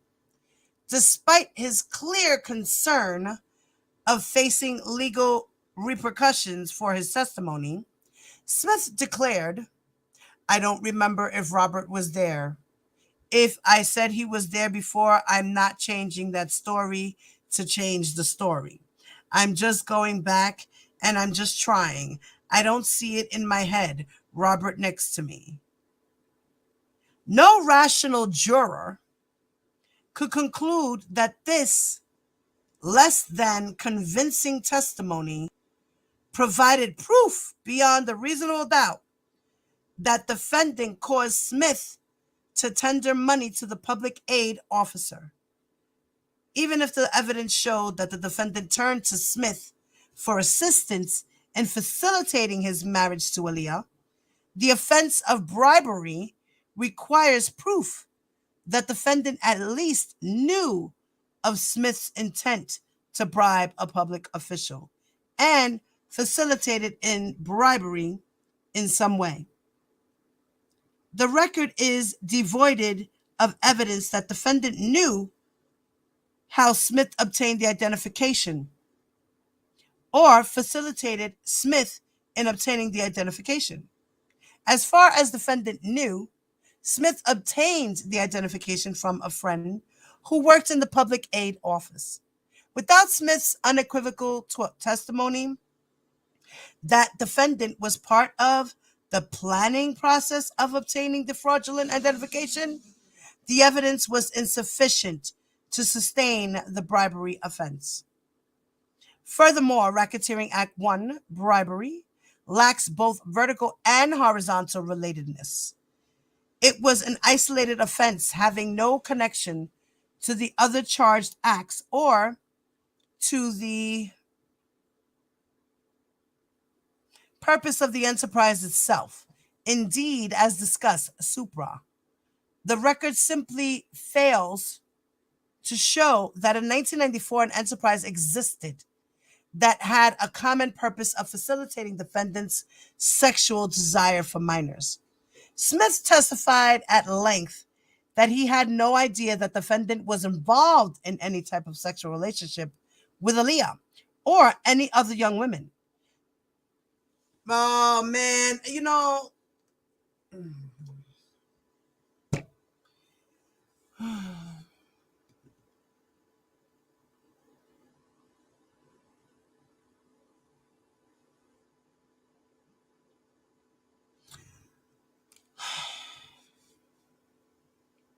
In 1994, any enterprise existed that had a common purpose of facilitating defendants' sexual desire for minors. Smith testified at length that he had no idea that the defendant was involved in any type of sexual relationship with Aaliyah or any other young woman, which we all know that's a fucking lie. We all know that's a lie. He knew exactly what was going on. Smith was certainly part of defendant's close circle of confidants, but the mere identification of a group of people who worked for the defendant does not an enterprise make. Smith did not testify about any other conduct in which he engaged to advance the alleged purpose of the enterprise. Smith's conduct was nothing more than a singular event that bore no connection to the purpose of the enterprise, which did not exist in any event, and which bears no connection to the other racketeering acts. Furthermore, because the act did not occur within 10 years of any other predicate act, that was sufficiently proven, the act is time barred. Time barred. Racketeering Act 1 was not proved beyond a reasonable doubt. Oh, man. Man, oh, man, oh, man, oh, man,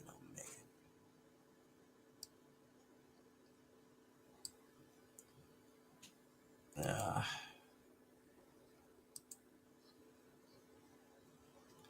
man. Give me 1 second, guys.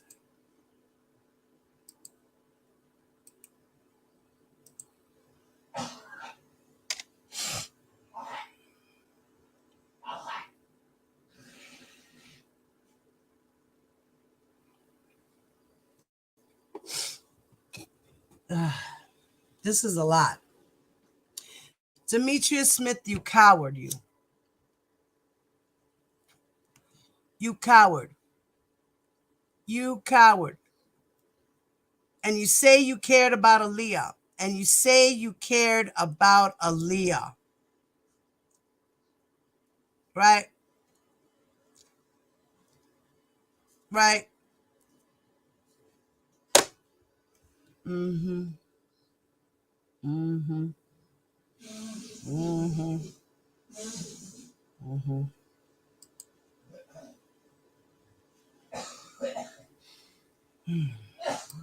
Give me 1 second, y'all.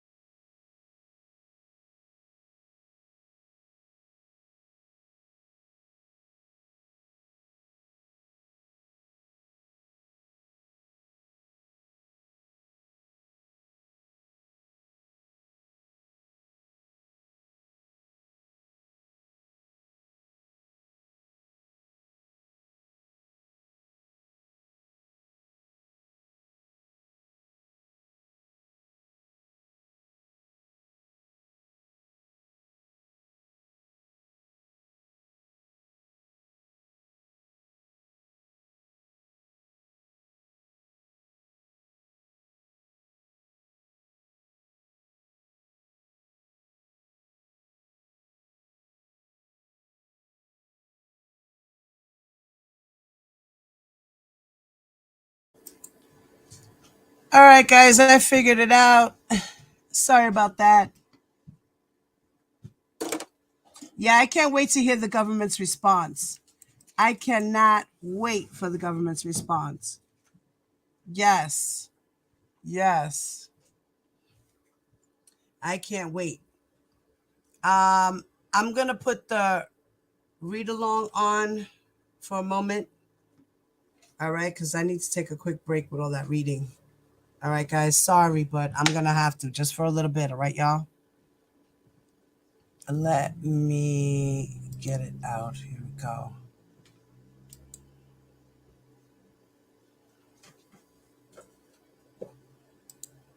Okay, what happened here?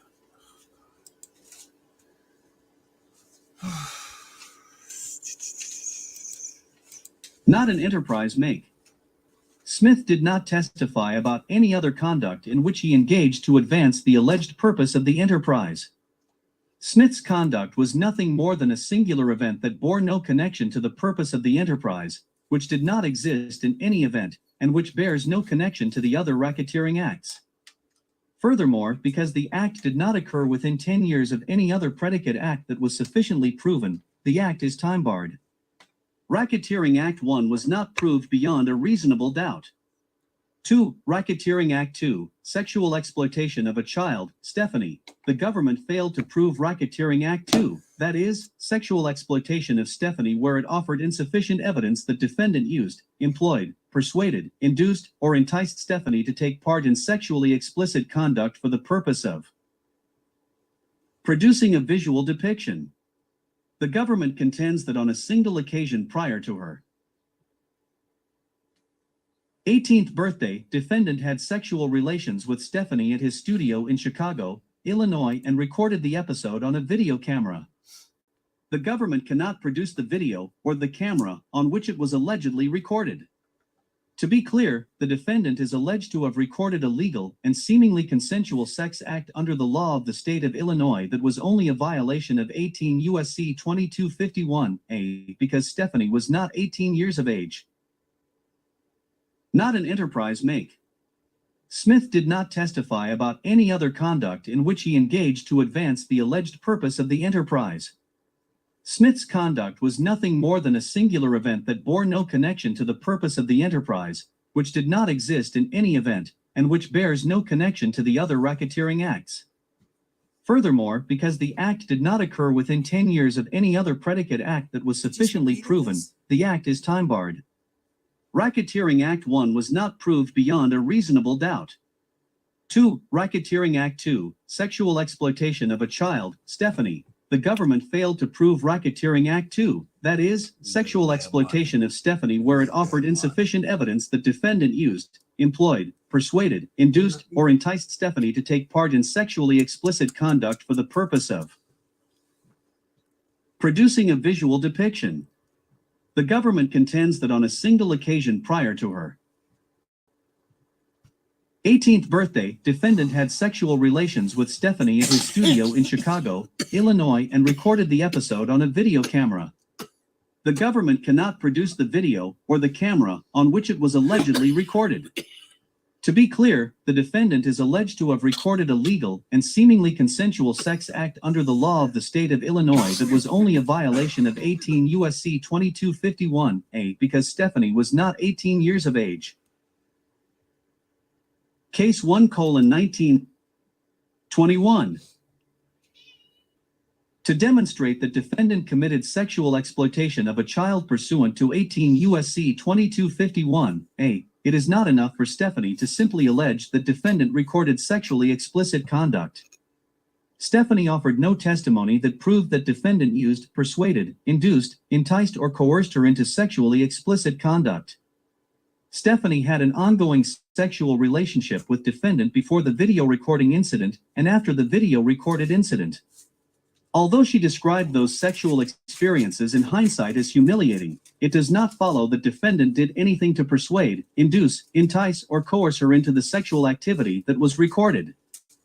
In fact, Stephanie admits that defendant called her on the phone and told her that he was picking her up, and that he wanted to make a video of us having sex, and that he would be there shortly. R. 1643, to which Stephanie responded, okay. Although Stephanie clearly regrets this decision, her own testimony shows that defendant did not think, but tell her he wanted to videotape them having sex, and she agreed. The government must prove that defendant did something more than just film the sexually explicit conduct. If the act of filming or recording alone was sufficient to sustain the charge, Congress would not have included a requirement that the defendant employ, persuade, induce, entice, or coerce.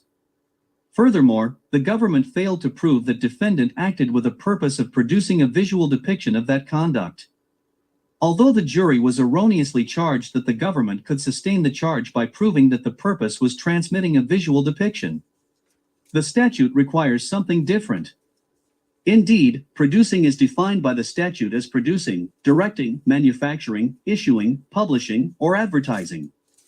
18 U.S.C. 2256(3).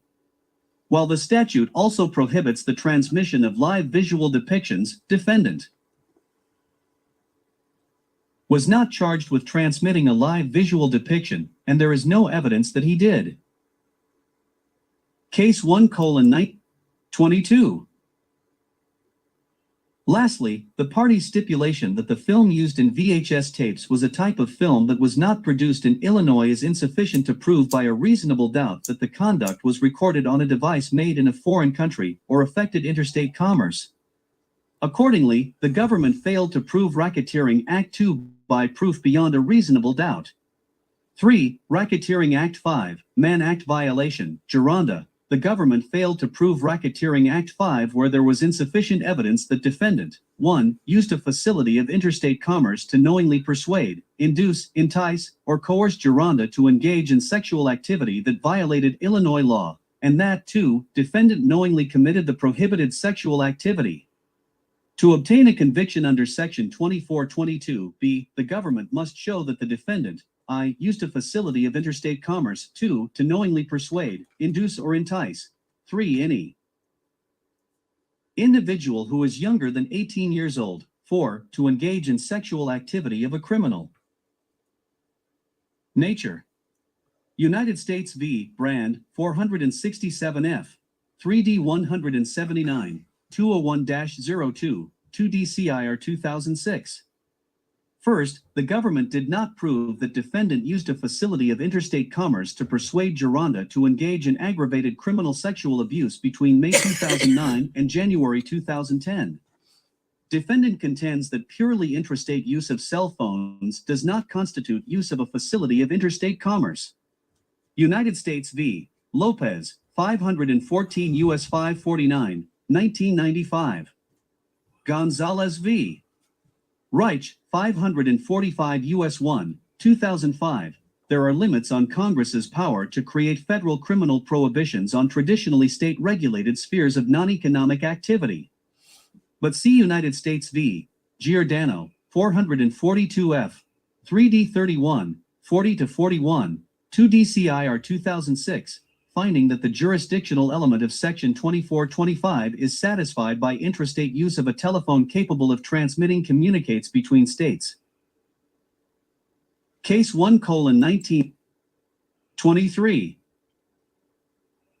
Even if purely intrastate use of cell phones constituted use of a facility of interstate commerce, the government's evidence that defendant called Gironda on a telephone is not sufficient proof that he used the facility of interstate commerce, a cell phone according to the government, to knowingly induce, persuade, entice, or coerce Gironda to come to Olympia Fields to engage in prohibited sexual activity. The government provided no text exchanges showing that defendant used any words to induce, persuade, entice, or coerce, nor did Gironda testify that during any telephone conversation or on any text messages did defendant use words for the purpose of inducing, persuading, entice, or coercing her to come to his home or studios for prohibited sexual activities. Under the plain reading of the statute, there must be a nexus between the use of the cell phone and the words of persuasion, enticement, or coercion to satisfy a Section 2422(b) violation. For example, if defendant called Gironda and invited her to a party at his home, and then once there, he coerced her into prohibited sexual activity, that does not constitute a Mann Act violation pursuant Section 2422(b), since the defendant did not use the facility of interstate commerce, the cell phone, to coerce or induce her into the prohibited sexual activity. Use of the cell phone for some unknown communication coupled with a subsequent prohibited sex act is not sufficient to establish a violation of Section 2422(b). Lastly, if defendant really believed that Geronda was 17 when they engaged in sexual activity, and that belief was reasonable, then he would not be guilty of aggravated criminal. Wait, 17? Ain't it 16? What is she talking about, 17? It's 16. And didn't he think she was 19? Right?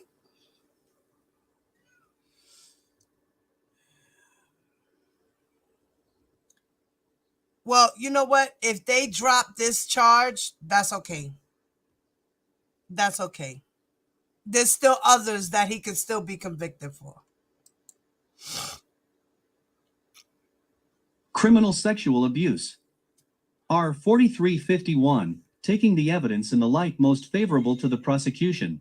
No reasonable juror could conclude that defendant knew that Geronda was 16 years old when they allegedly engaged in sexual activity between May 2009 and January 2010.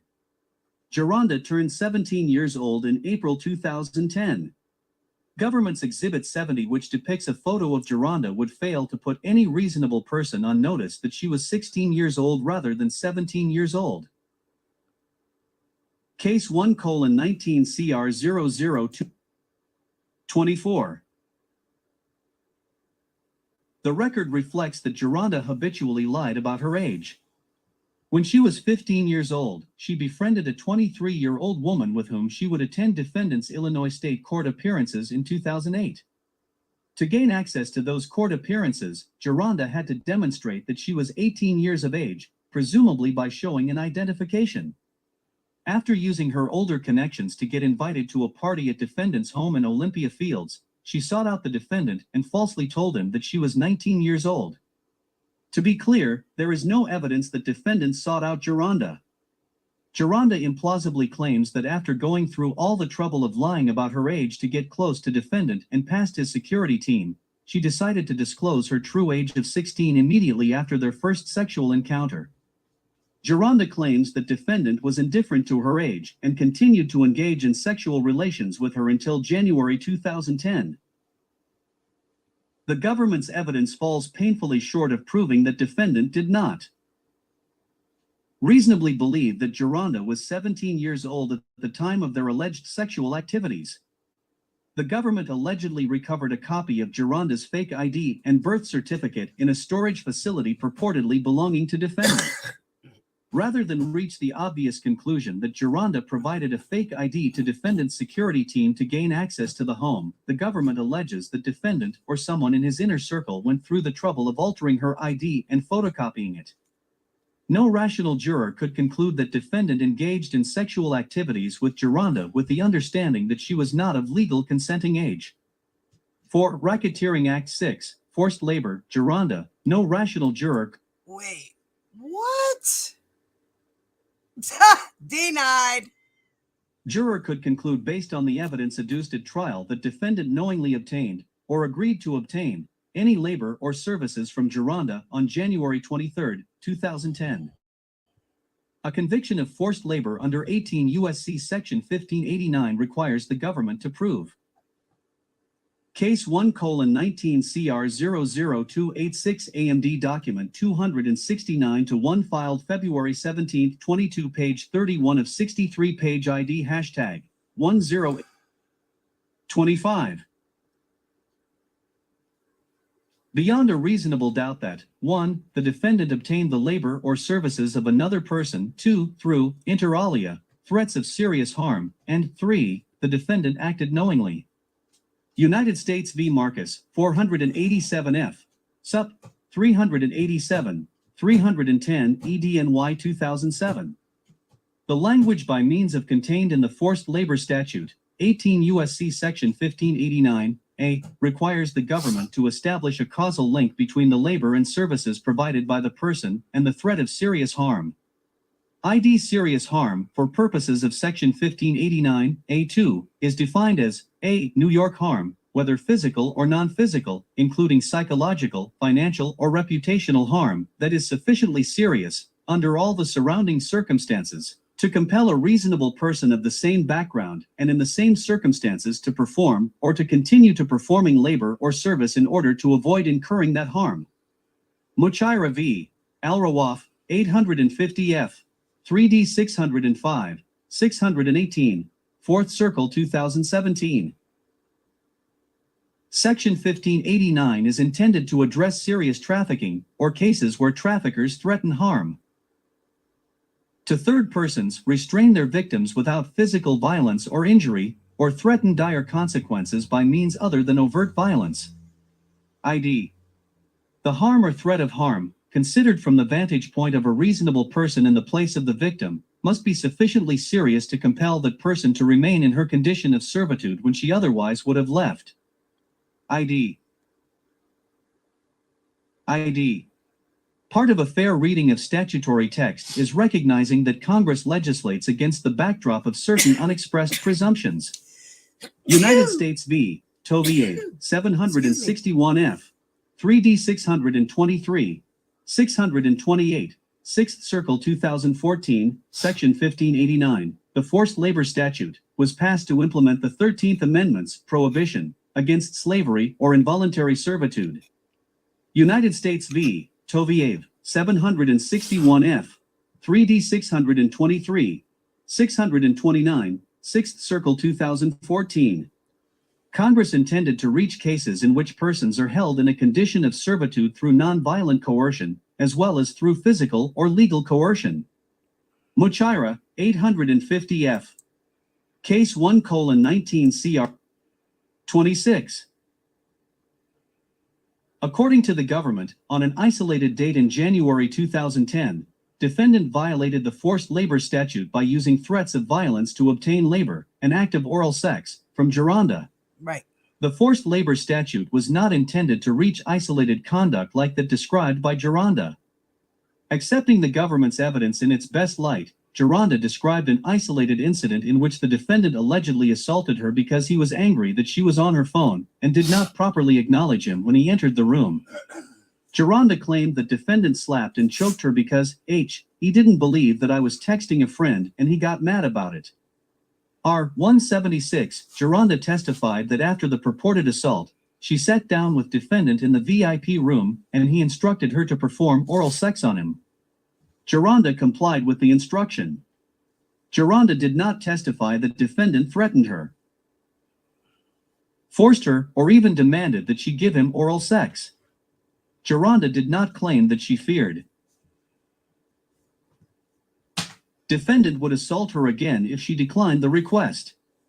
Geronda then left defendant's home and never came back. The government did not establish a causal link between the isolated act of oral sex and any threat of physical violence. Any physical violence that occurred during that episode in January 2010 preceded Geronda providing oral sex to defendant. Geronda's testimony simply does not lead to the reasonable inference that she gave defendant oral sex because she feared physical violence. Geronda did not claim that defendant used any words suggesting she would suffer an assault if she did not provide him with oral sex, nor did she claim. Wow. So Geronda Pace was supposed to be like, oh man. I don't know how to fucking dress right now. So Geronda Pace, say that again? I don't know how to dress. Geronda Pace. So she's saying that being that Geronda Pace, he choked her and slapped her, but it wasn't because he asked her to do oral sex or he forced her to do the oral sex and she didn't do it, so he beat her for it. It was an incident after the fact.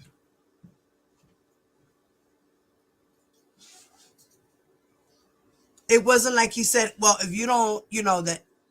So she had to be like, no, I don't want to do it. And then he beat her. then it would be different. But being that he asked her, she did it, whatever. I don't know. That just sounds so crazy right now. Let's continue. She claimed that she feared another assault if she refused his request for oral sex. Geronda did not even testify that she did not want to give defendant oral sex. As troubling as Geronda's story may be, the government still must prove the elements of the crime of forced labor by proof beyond a reasonable doubt. Case 1:19 CR 027. Would not have taken much for Geronda to make the causal link between the act of oral sex and her fear of physical assault by the defendant. But she simply did not provide that testimony. Absent clear expression of congressional intent, courts should resist the urge to transform the forced labor statute to cover the circumstances alleged in Racketeering Act 6, which bear virtually no resemblance to those paradigmatic forced labor cases and their victims. See Toviev, 761F, 3D 623, 626, 5th Circle 2014, describing prostitution, forced sweatshop work, and forced domestic service as paradigmatic forced labor cases. Geronda came and went as she pleased, even if defendant prohibited her from wandering his property at will. Defendant did not force Geronda into a condition of servitude through threats of physical force, and an isolated example of oral sex with an alleged abusive act is just not forced labor. 5. Racketeering Act 7, Sexual Exploitation of a Child, Geronda. The government failed to prove Racketeering Act 7, that is, sexual exploitation of Geronda. According to Geronda, during her 6-month sexual relationship with the defendant, he recorded her with a Canon video camera and on an iPhone. The government produced no images or metadata corroborating this claim. Rather, the government contends that evidence that defendant owned a Canon video camera and had an iPhone that had the ability to video is sufficient evidence to establish the elements of the offense. The government failed to prove that defendant used, employed, persuaded, induced, or enticed Geronda to take part in sexually explicit conduct for the purpose of producing a visual depiction. To demonstrate that defendant committed sexual exploitation of a child pursuant to 18 U.S.C. 2251a, it is not enough for Geronda to simply allege that defendant recorded sexually explicit conduct. Geronda's testimony was insufficient to prove that defendant used, persuaded, induced, enticed, or coerced her into sexually explicit conduct. According to... So she had to just be like, well, he came over to me and he said, get on your knees and suck my dick. And if you don't, I'm going to slap the shit out of you. And she feared for her life, so she did it. Being that she didn't say that, that's not any type of forced labor. Or he didn't pay her at the end of the job. Yeah, no. Like a prostitute.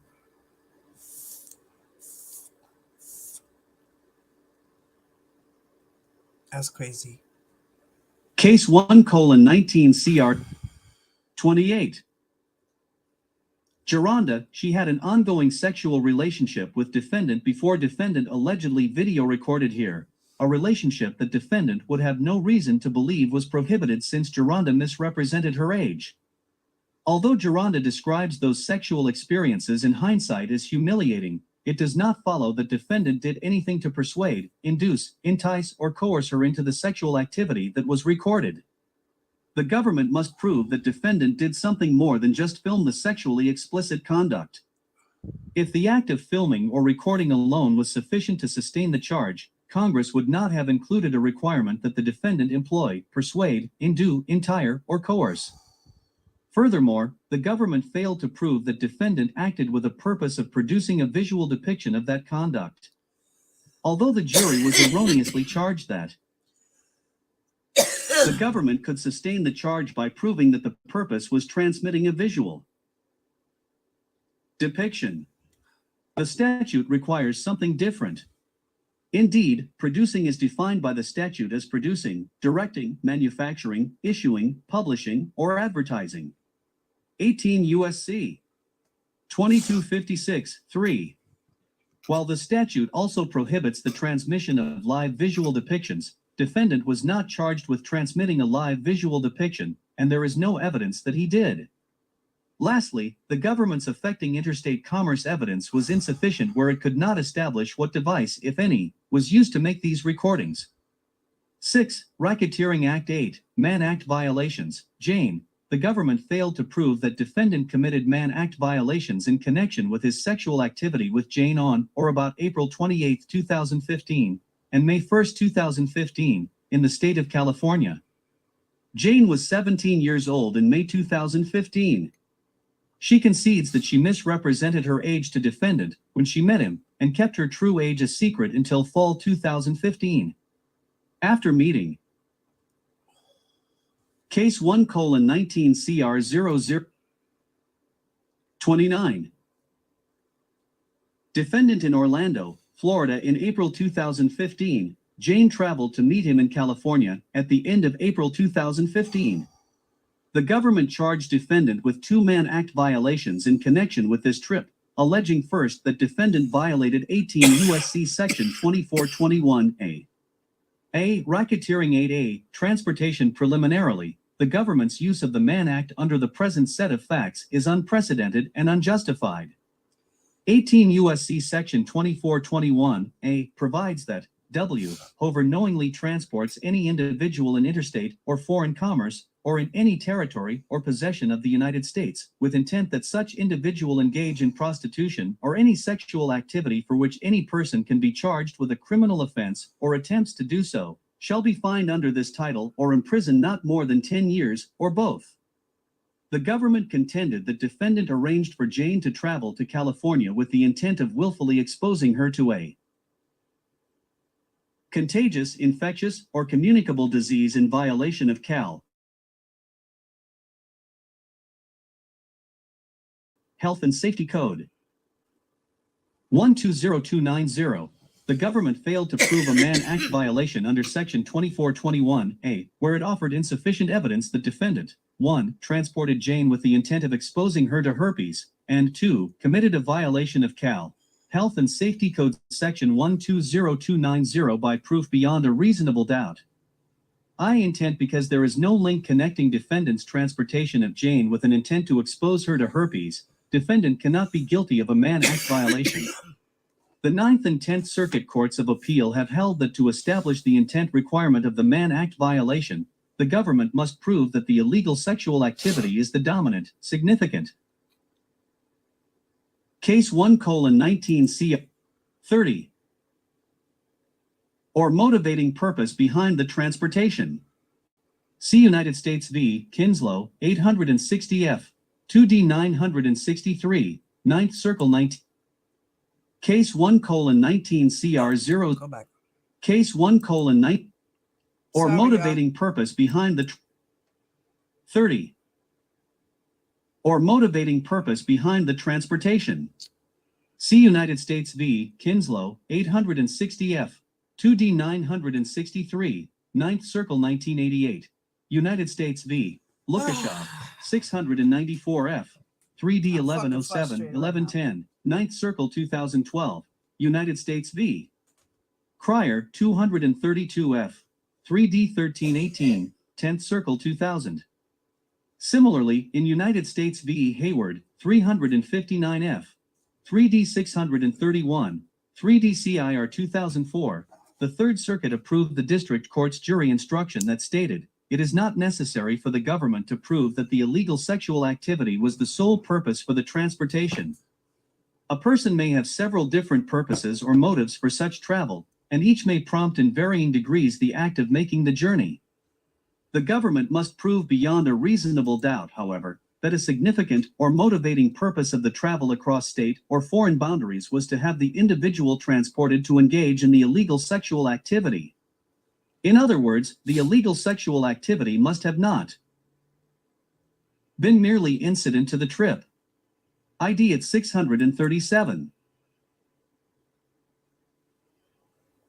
In United States v. Campbell, 49F, 3D 1079, 5th Circle 1995, the Fifth Circuit analyzed the intent requirement of 18 U.S.C. Section 2421 and held that, in determining whether a dominant purpose exists, we instead ask whether the illicit behavior is one of the efficient and compelling purposes of the travel.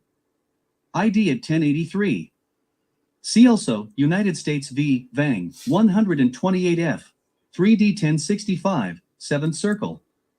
1997, interpreting the dominant purpose standard to merely significant or compelling or efficient. United States v. Perkins, 948F, 3D 936, 8th Circle 2020, holding that to prove the intent elements under Section 2423A, the illicit behavior must be one of the purposes motivating the interstate transportation.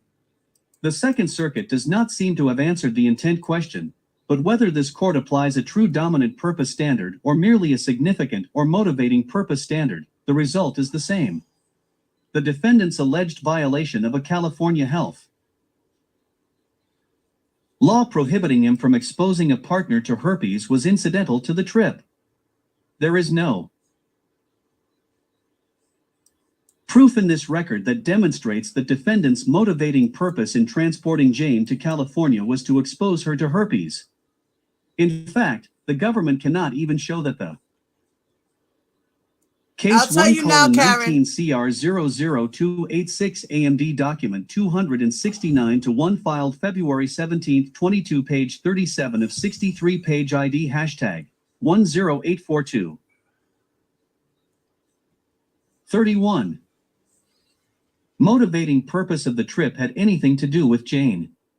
As Jane herself testified when asked, Q, and while you were 17, did you take additional trips to California with the defendant? A, yes, I did. Q, and do you remember where you traveled to? A, I do not. Q, do you remember what the purpose of your travel was for? A, he had shows. R, 888, in short, no rational juror could find that the government proved that defendant's intent to transport Jane to California was to infect with her herpes. 2. Violation of Cal. Health Safety Code Section 120,292. The government did not prove beyond a reasonable doubt that defendant committed a violation of the Cal. Health and Safety Code Section 120290, because the government charged defendant with a repealed version of the statute no longer in effect, a version that reduced the government's burden of proof. Prior to the jury charge in this case, defendant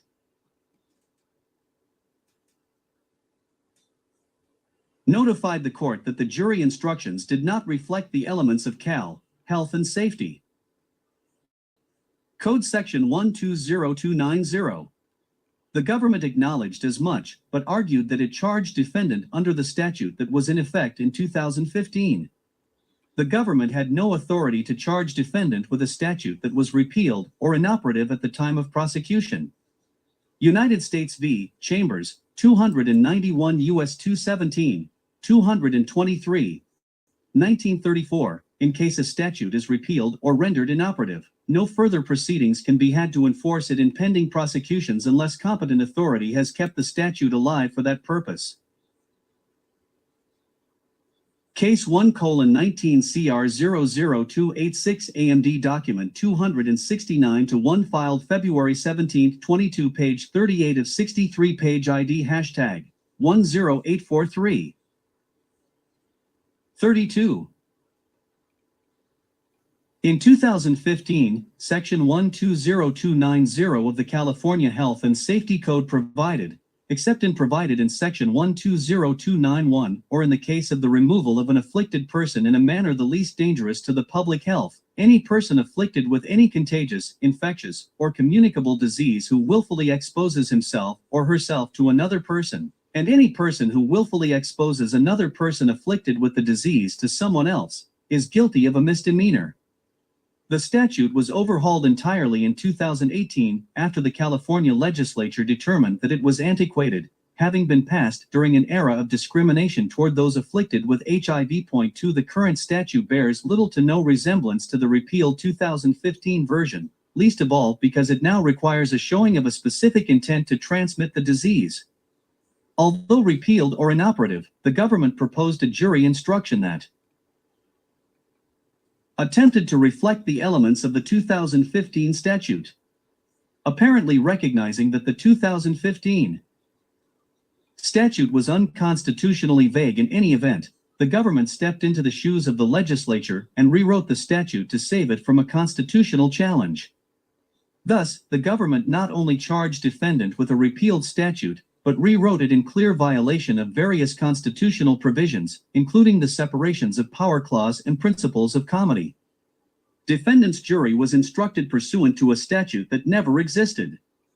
A California court has no authority to rewrite a California statute, and neither does a district court sitting in New York. Even if the government had the authority to charge defendant under the 2015 version of Section 120290 of the California Health and Safety Code, the statute does not pass constitutional muster. Most obviously, the statute is void for vagueness both on its face and as applied to the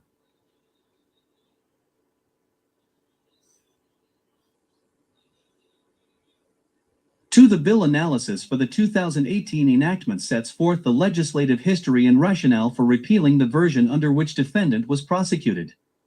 https://leginfo.legislature.ca.gov/basis/bill-analysis-client.xhtml?mark-bill_id=201720180SB239. Case 1:19 CR 00286 AMD document 269-1 filed February 17, 22 page 39 of 63 page ID hashtag. March 10th is when the government has to respond.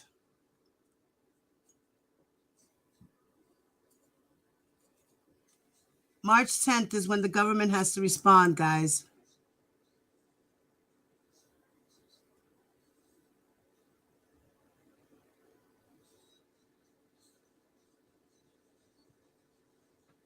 Yeah, by March 10th, they must respond.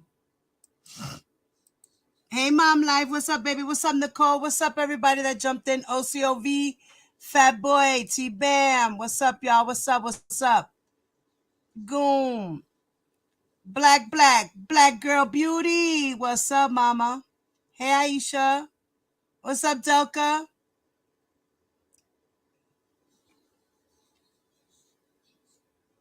Yeah, Tears, what's up, my love?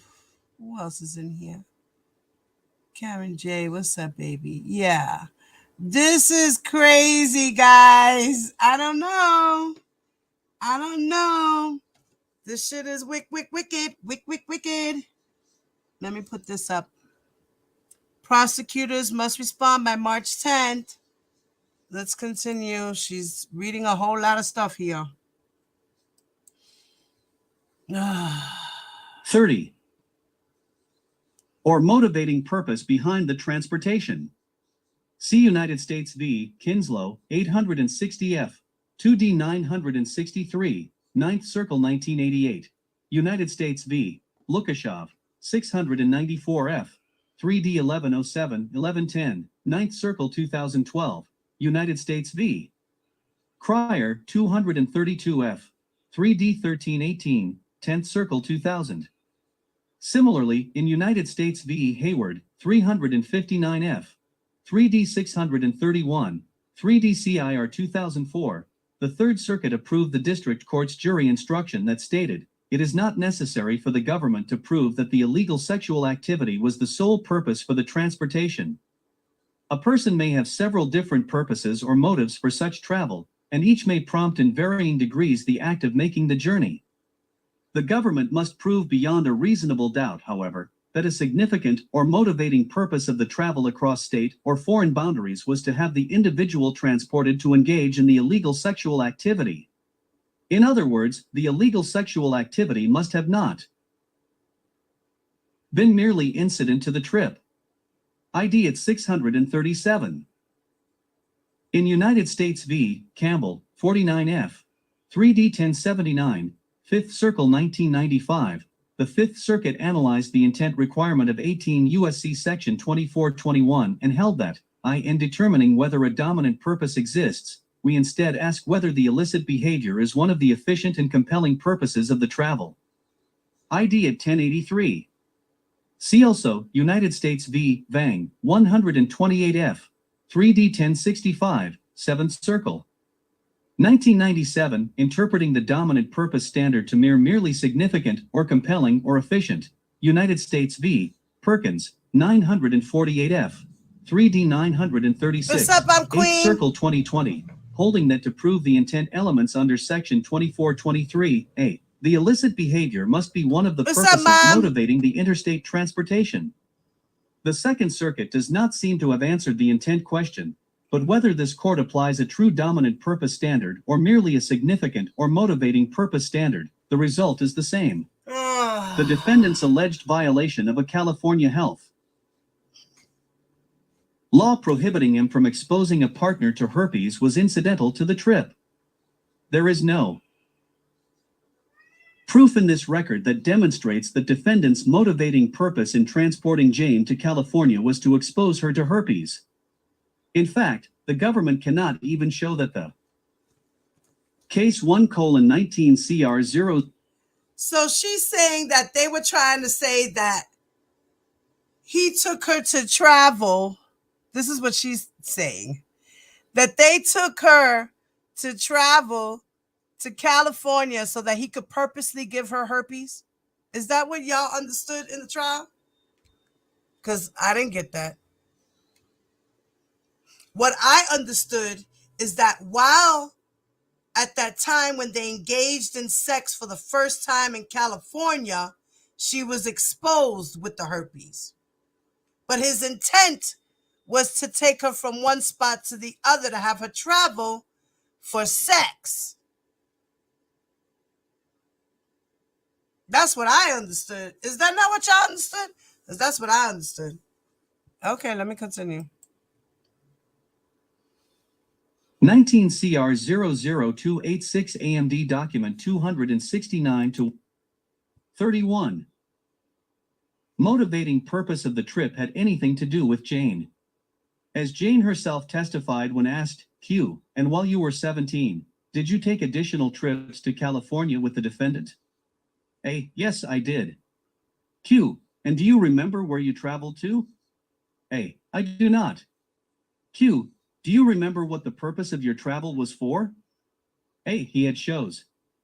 R, 888, in short, no rational juror could find that the government proved that defendant's intent to transport Jane to California was to infect with her herpes. Oh, 2. Violation of Cal. Health Safety Code Section 120,292. The government did not prove beyond a reasonable doubt that defendant committed a violation of the Cal Health and Safety Code Section 120290 because the government charged defendant with a repealed version of the statute no longer in effect, a version that reduced the government's burden of proof. Prior to the jury charge in this case, defendant notified the court that the jury instructions did not reflect the elements of Cal Health and Safety Code Section 120290. The government acknowledged as much, but argued that it charged defendant under the statute that was in effect in 2015. The government had no authority to charge defendant with a statute that was repealed or inoperative at the time of prosecution. United States v. Chambers, 291 U.S. 217, 223, 1934. In case a statute is repealed or rendered inoperative, no further proceedings can be had to enforce it in pending prosecutions unless competent authority has kept the statute alive for that purpose. Case 1:19 CR 00286 AMD Exactly, document Nicole. 269 to 1 filed February 17, 22 page 38 of 63 page ID hashtag 10843.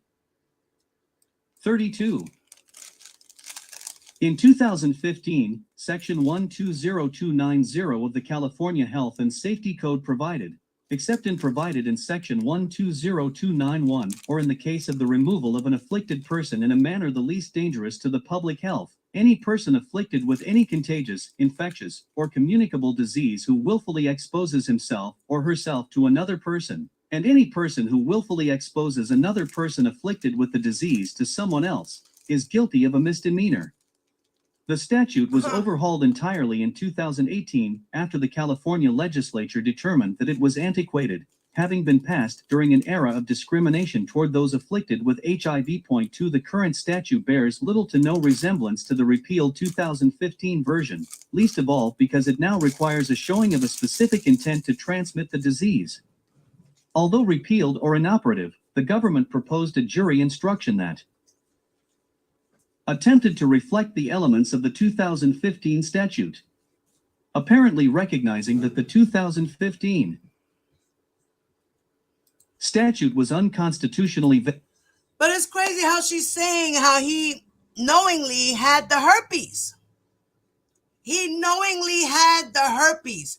He did not disclose to any of these girls that he had herpes. Even if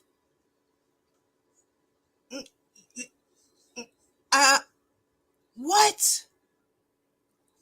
What?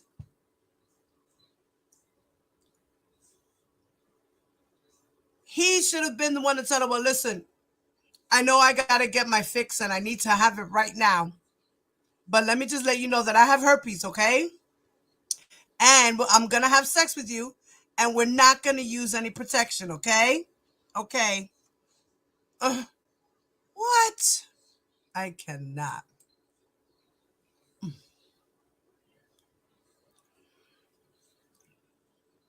Motivating purpose of the trip had anything to do with Jane. As Jane herself testified when asked, Q, and while you were 17, did you take additional trips to California with the defendant? A, yes, I did. Already. Q.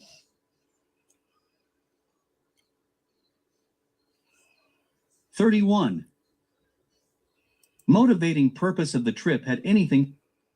Sorry, guys, I don't know what happened. 31. Motivating purpose of the case 1:19C. 32. In 2015, Section 120290 of the California Health and Safety Code provided, except in provided in Section 120291, or in the case of the removal of an afflicted person in a manner the least dangerous to the public health, any person afflicted with any contagious, infectious, or communicable disease who willfully exposes himself or herself to another person, and any person who willfully exposes another person afflicted with the disease to someone else, is guilty of a misdemeanor. The statute was overhauled entirely in 2018 after the California legislature determined that it was antiquated, having been passed during an era of discrimination toward those afflicted with HIV.2. The current statute bears little to no resemblance to the repealed 2015 version, least of all because it now requires a showing of a specific intent to transmit the disease. Although repealed or inoperative, the government proposed a jury instruction that attempted to reflect the elements of the 2015 statute, apparently recognizing that the 2015 statute was unconstitutionally vague in any event. The government stepped into the shoes of the legislature and rewrote the statute to save it from a constitutional challenge. Thus, the government not only charged defendant with a repealed statute, but rewrote it in clear violation of various constitutional provisions, including the separations of power clause and principles of comity. Defendant's jury was instructed pursuant to a statute that never existed. A California court has no authority to rewrite a California statute, and neither does a district court sitting in New York. Even if the government had the authority to charge defendant under the 2015 version of Section 120290 of the California Health and Safety Code, the statute does not pass constitutional muster. Most obviously, the statute is void for vagueness both on its face and as applied to the bill analysis for the 2018 enactment sets forth the legislative history and rationale for repealing the version under which defendant was prosecuted. https://leginfo.legislature.ca.gov/basis/bill_client.xhtml?bill_ID=201720180sb239. Case 1:19CR00286 AMD document 233. Defendant. The doctrine of vagueness guards against arbitrary or discriminatory law enforcement by insisting that a statute provides standards to govern the actions of police officers, prosecutors, juries, and judges. Sessions v. DeMaya 138S, CD 1204, 1212, 2017. As written, the 2015 law fails to provide adequate definitions that put individuals with any chronic and potentially contagious diseases on notice of what amounts to criminal conduct, including communicable diseases that are not sexually transmitted. By way of example, nearly 50% of the population has herpes simplex I, a communicable disease. Under the 2015... You know what she's doing right now?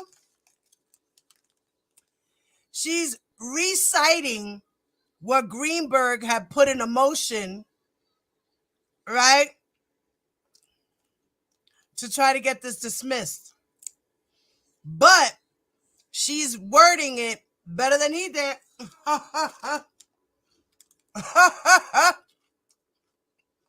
But still, the statue shit, I don't know. 2015 statute, anyone with herpes simplex I, also known as cold sores, who kisses another person without disclosing that they have herpes simplex I, is guilty of a misdemeanor. Even if the afflicted person has no active infection, outbreak, and does not pass the disease along to the recipient of the kiss. Under this statute, parents with herpes simplex I, again 50% of the population, would be prohibited from kissing their own children. One cannot imagine how many arbitrary prosecutions could take place in this current era of a pandemic if this law was in effect today. Even if the elements of the statute were as the government alleged.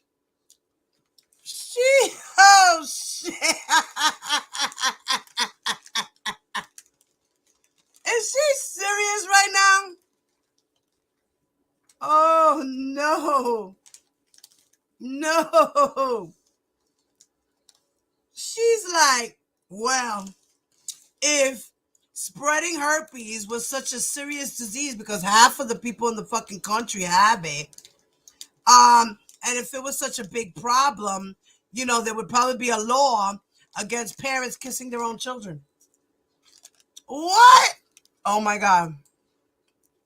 I cannot. Alleged insufficient evidence existed to sustain the charge.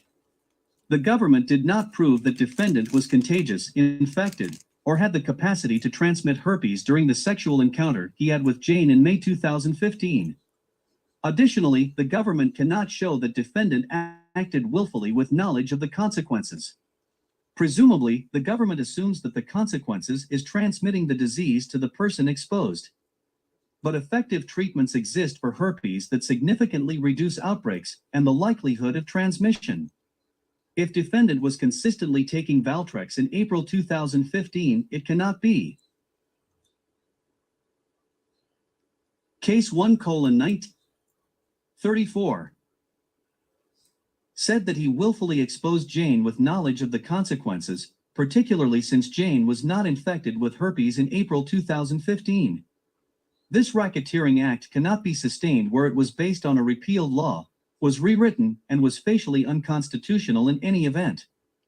B. Racketeering Act 8B coercion or enticement. The government alternatively argues that defendant is guilty of the Mann Act stemming from his April trip to California, because defendant knowingly persuaded, induced, enticed, or coerced Jane to travel to California.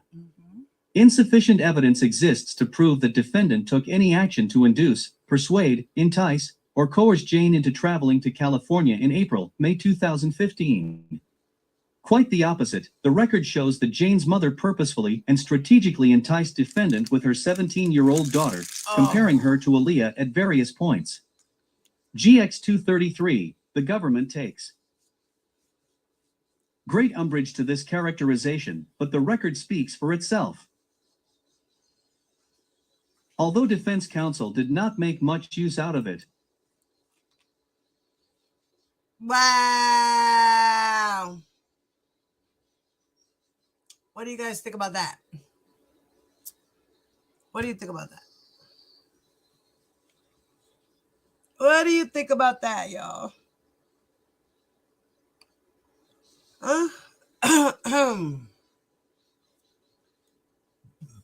That shit just blew my mind. Wow. Oh boy. So, being that the mother took her there, that can't be included as coercion or enticement.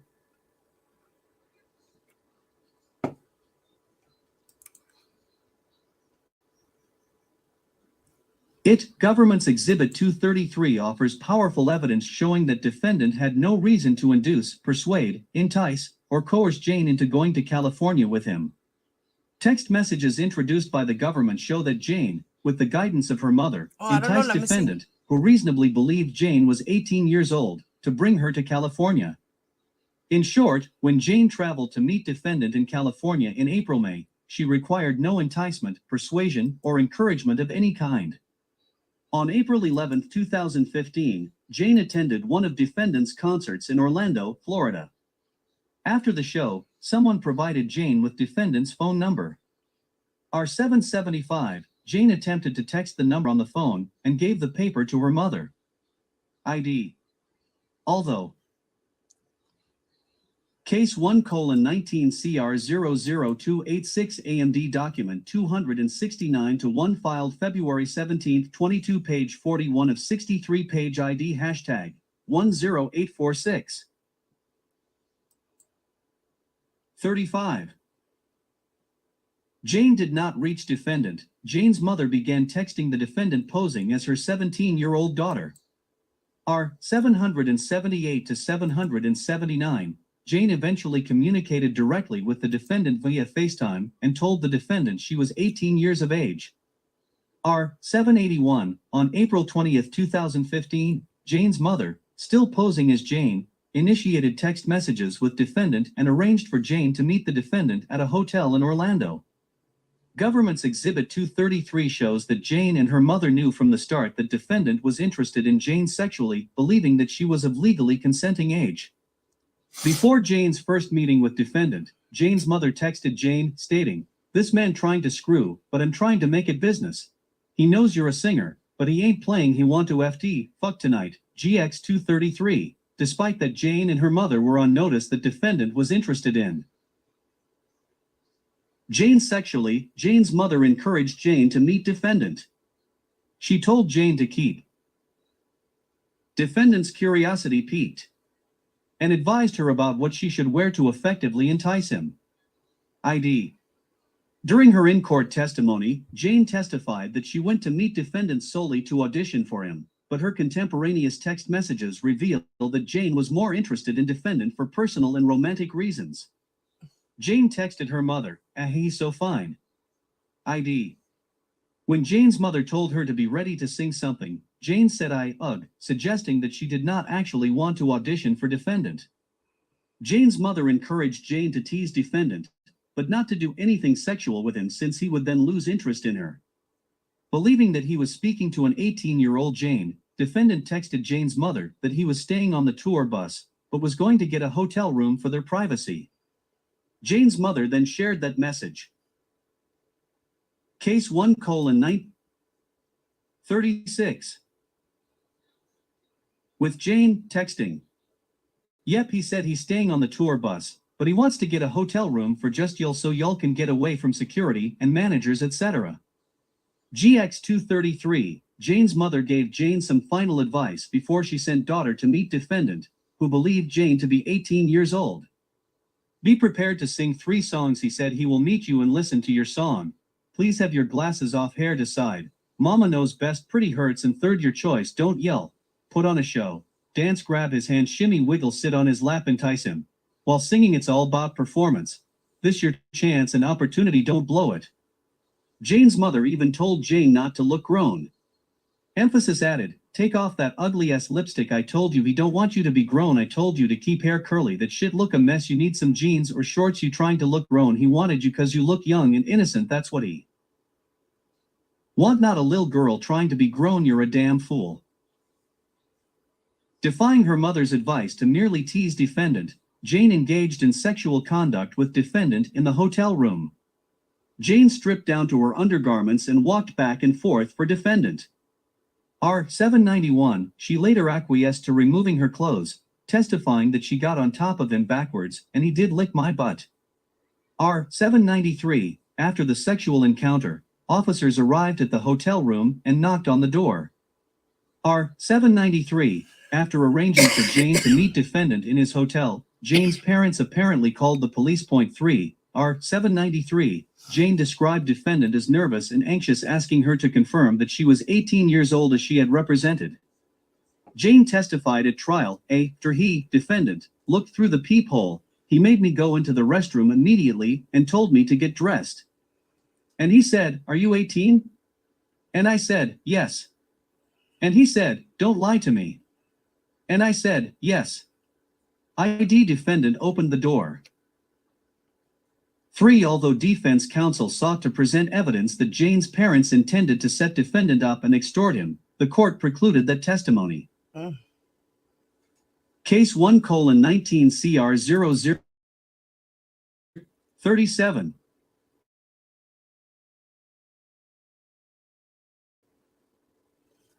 Oh boy. And the police checked Jane's identification to confirm her age before leaving. R794, defendant was present when police officers checked Jane's identification. Rather than calling at night, Jane again removed her clothes and got on top of defendant to continue their sexual activities. R795, after her first encounter with defendant, Jane told her mother that defendant had asked whether he could fly her to meet him. Jane told her mother, "I said duo." Jane continued to communicate with the defendant via text message and by phone and continued to spend time with defendant in Orlando doing normal dating activities such as seeing movies and eating out. GX233, at one point, Jane's mother got frustrated with Jane for not prioritizing her music with defendant. On April 23, 2015, Jane's mother texted her, "You need to let him hear your songs. Let him see your video. You trying to date the man, you need to let him see your shit." Emphasis added. Jane's mother also continued to encourage Jane's relationship with defendant, telling her to be a little feisty, stating he married Aaliyah cause she was feisty, she didn't let him run over her. "You need to be different than the rest." Later that evening, Jane's mother texted Jane, "You are silly, that man ain't trying to do nothing with you musically, he want to fuck period cause he like young girls." Jane reassured her mother that defendant was willing to look at her performances and was patiently waiting to look at some of her videos that her mother had emailed her. On April 24, 2015, after defendant had left Orlando, Jane's mother instructed Jane, "You better be texting him so you will stay on his mind." Later that day, Jane texted her mother about flying out to see defendant in California. Jane, and I talked to her, Kelly. Case 1:19 C 38. Mom, yeah, about what, Jane? LMAO, about flying me out, Mom. Oh really? When, Jane? Yeah, whenever I tell him he can. Tomorrow if I choose, Mom. Oh yeah. On April 28, 2015, Jane traveled to Los Angeles, California to meet defendant with the knowledge and consent of her parents. R799, 814, GX233, Jane continued to text with her mother once in Los Angeles. At one point her mother told her, "He going to be in your room, but naked with one of his songs playing, LOL." Government's Exhibit 233 reflects that Jane and her mother texted incessantly while Jane was in Los Angeles with defendant. Jane tells her mother at one point, "Crazy, this Aaliyah movie just came on, and I just got off the phone with R." Mom responded, "Really crazy?" Jane testified that she had oral sex with defendant in Los Angeles, but she did not share that information with her mother via text. R804 to 805, at no point did Jane express any apprehensions about being with defendant or ask her mother to arrange for her to come home. When Jane excitedly told her mother that she was riding defendant's tour bus to Stockton to attend his concert, Jane's mother responded, "OMG, exciting, you riding on the tour bus." GX233, on May 1, 2015, Jane's mother urged Jane to take advantage of defendant, texting her it won't be star lifestyle if you don't get serious about your music and show this man you want to be famous like him. Once he tired of you, you'll be like everybody else. You better use this as your opportunity while you got him in spell. Jane's mother. Case 1:19 CR 00286 AMD document 269-1 filed February 17, 22 page 45 of 63 page ID hashtag 10850. 39. Then said, you should text him and be like you know you gonna be my boo and see what he say. To which Jane responded, LMAOO. Jane traveled independently to meet defendant in Stockton, California, where he was performing on May 1, 2015. R818, she stayed in contact with her mother the entire time. At one point, Jane explained to her mother how she ended up going to Stockton to see defendant's performance. I told you.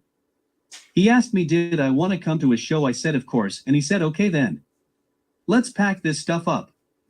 He was even putting his stuff in my bag. Jane and her mother remained in constant communication before defendant's show. Jane's mother instructed her about what to wear and made suggestions about how she should behave at defendant's show. I would blow him little kisses, and wink at him, and bite the tip of my finger, mess with him real good. Do something seductive, then make a silly face. LOL. Jane and her mother continued to text throughout defendant's performance. At one point, Jane and her mother exchanged the following texts. Jane, he's singing this whole show to me, Mom. LOL to funny Jane. FRRRRRRR Jane. LMAOOO Jane. This man in love, Mom. OMG, you gonna marry him and have his babies, Mom. LOL, my son-in-law gonna be older than me, Mom. To dang funny Jane. LMAOOO. Case 1:19 CR 00286 40. Mom, well you better get signed first then married second. Mom, he gonna seduce you tonight, Jane. LOL Mom, you have to give him a massage before he go to bed. Jane, LMO no I doubt it. Mom, girl you better or he will get someone else too. Jane's mother continued to encourage her to seduce defendant. At one point, Jane told her mother that she caught feelings for the defendant. According to Jane, she and defendant had sexual intercourse for the first time after the concert. R819, at no point during her travels with defendant in California in April and May 2015 did Jane disclose that she was 17 years of age or that she had lied to him about her age. After the trip to California, Jane traveled to meet defendant in Las Vegas where he was performing. R821, no rational juror could conclude that defendant enticed, persuaded, induced, or coerced Jane to travel to California. Jane's contemporaneous conversations with her mother show that defendant invited Jane to join him, and she excitedly accepted. When her mother asked her when he asked her to travel, Jane told her mother whenever I tell him I can. Tomorrow if I choose. GX233, by her own admission, Jane chose to travel with defendant because she wanted to, and her mother encouraged her. While this court concluded that Jane's parents' testimony was not relevant for the purpose defense counsel sought to introduce it, Jane's text messages with her mother introduced as governments. For caught feelings is an expression that means when you meet a girl/guy that you like, and it starts to have an effect on you in an emotional way. https://www. Case 1:19 CRs 41. Exhibit 233 were highly relevant evidence that defendant took no action to induce, persuade, or coerce Jane to travel with him. Jane was eager to travel with defendant and caught feelings for him, as she admitted and concealed her age from defendant so she could pursue a relationship with him. The government's evidence fails to show that Jane was persuaded, induced, enticed, or coerced into traveling to California. 7. Racketeering Act 9, Mann Act violations. Jane, the government charged defendant with 4 Mann Act violations, stemming from a trip with Jane to California between September 2015 and October 2015, 2 months before her 18th birthday. According to Jane, she disclosed her true age, 17 years of age, prior to this trip. The government's evidence is insufficient as to these Mann Act violations. A. Racketeering Acts 9A, transportation for the same reasons argued in connection with Racketeering Act 8A, the government failed to prove beyond a reasonable doubt that defendant 1. Transported Jane with the intent of exposing her to herpes in September-October 2015, and 2. Committed a violation of Cal. Health and Safety Code Section 120290 by proof beyond a reasonable doubt. The arguments set forth, supra, are equally applicable Racketeering Act 9A. B. Racketeering Acts 9B, coercion or enticement. Insufficient evidence exists to prove that defendant committed Racketeering Act 9B. By all accounts, defendant and Jane were in a serious and legal relationship based in Illinois, where defendant resided in fall 2015. Although Jane testified that she told defendant her true age after the summer ended in 2015, the record does not reflect precisely when she told defendant her true age. As such, the government failed to show that defendant possessed the requisite mens rea to Case 1:19 CR 00286 AMD document 269-1 filed February 17, 2042. Oh, man. Sustain a charge of unlawful sexual intercourse with a person under 18 years old under the California Penal Code in September or October 2015. Furthermore, the record is devoid of evidence that defendant took any action to induce, persuade, entice, or coerce Jane into traveling to California between September and October 2015. Critically, when defendant learned that Jane had lied about her age, he sent her home to Florida. Jane returned to Chicago with her parents' consent. Although it is true that Jane's parents did not have the authority to consent to any illegal sexual activity between Jane and the defendant, their permission to allow her to stay with defendant is reflective of Jane's desire to continue her relationship with defendant. Jane offered no testimony to suggest that she was coerced or enticed into traveling to California in fall 2015. Jane's testimony about defendants.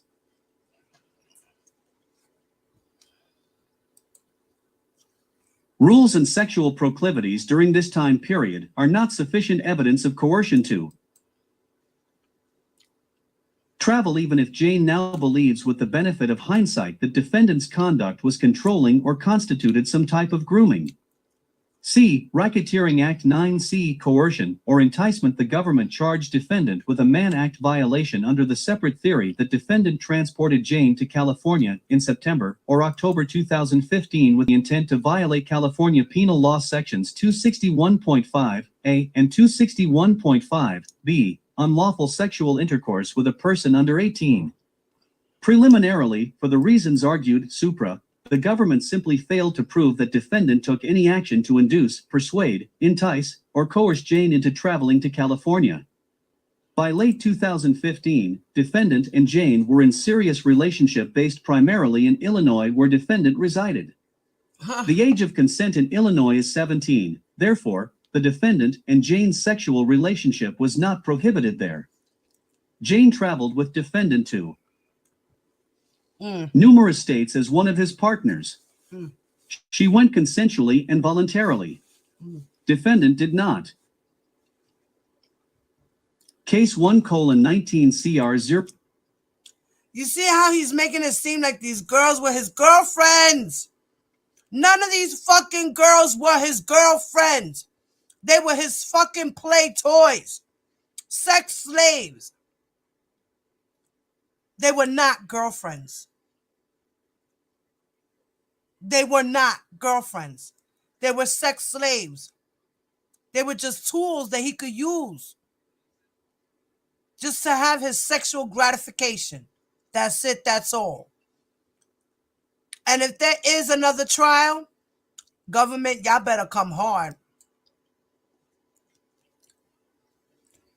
19 CR 00286 AMD document 269-1 filed February 17, 22, page 49 of 63, page ID hashtag 10854.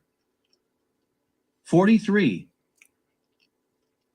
Have to induce, persuade, entice, or coerce her to travel, even if the government is correct that defendant had exerted some dominance or control in the relationship at the time. Furthermore, as argued in connection with Racketeering Act 5, the government provided insufficient evidence that defendant used any words to induce, persuade, entice, or coerce Jane to travel to California via a facility of interstate commerce. Under the plain reading of the statute, there must be a nexus between the use of the facility of interstate commerce, a cell phone, computer, and the words of persuasion, enticement, or coercion to satisfy a Section 2422(b) violation. The record is devoid of that proof. The mere fact that defendant texted with Jane about any number of things does not satisfy the interstate commerce element of this Mann Act violation. D. Racketeering Act 9D, Transportation. It is true that in the state of California the age of consent is 18. According to Jane, she had sexual relations with defendant in California during this trip when she was still 17 years of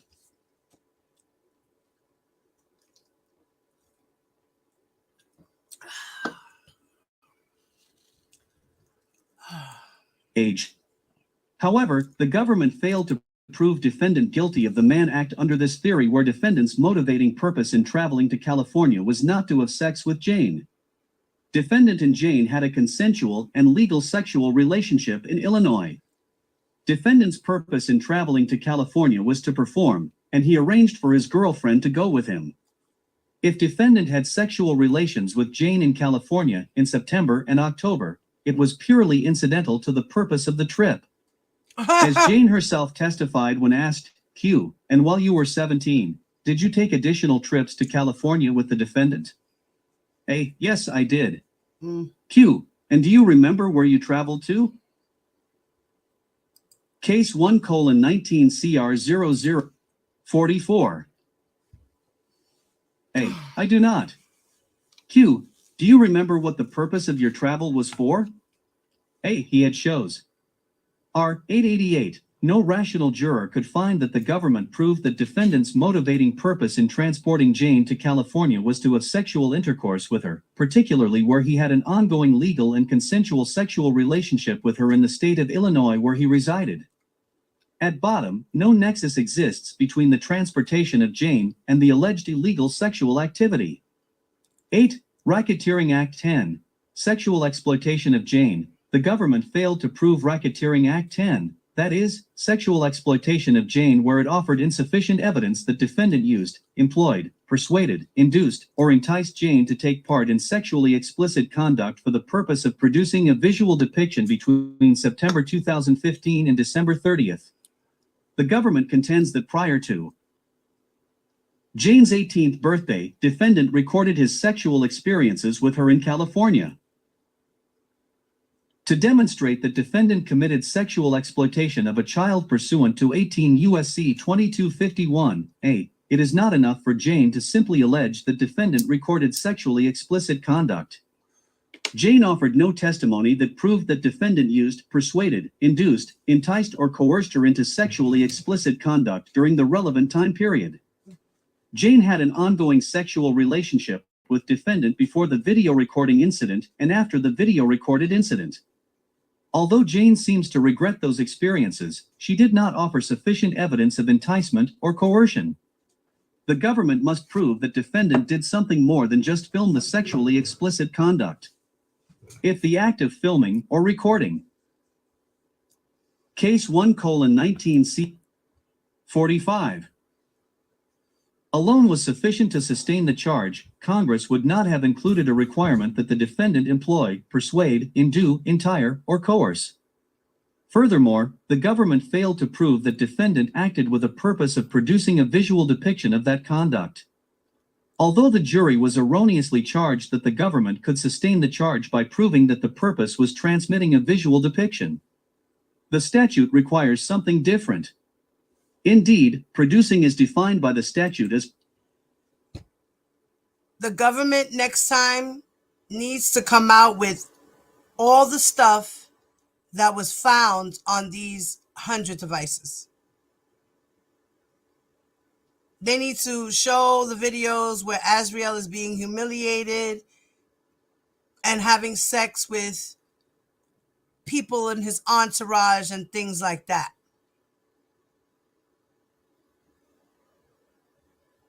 They need to come out with all of that.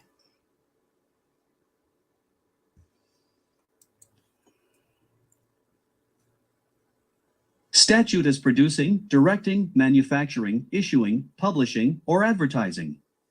18 U.S.C. 2256(3). While the statute also prohibits the transmission of live visual depictions, defendant was not charged with transmitting a live visual depiction, and there is no evidence that he did.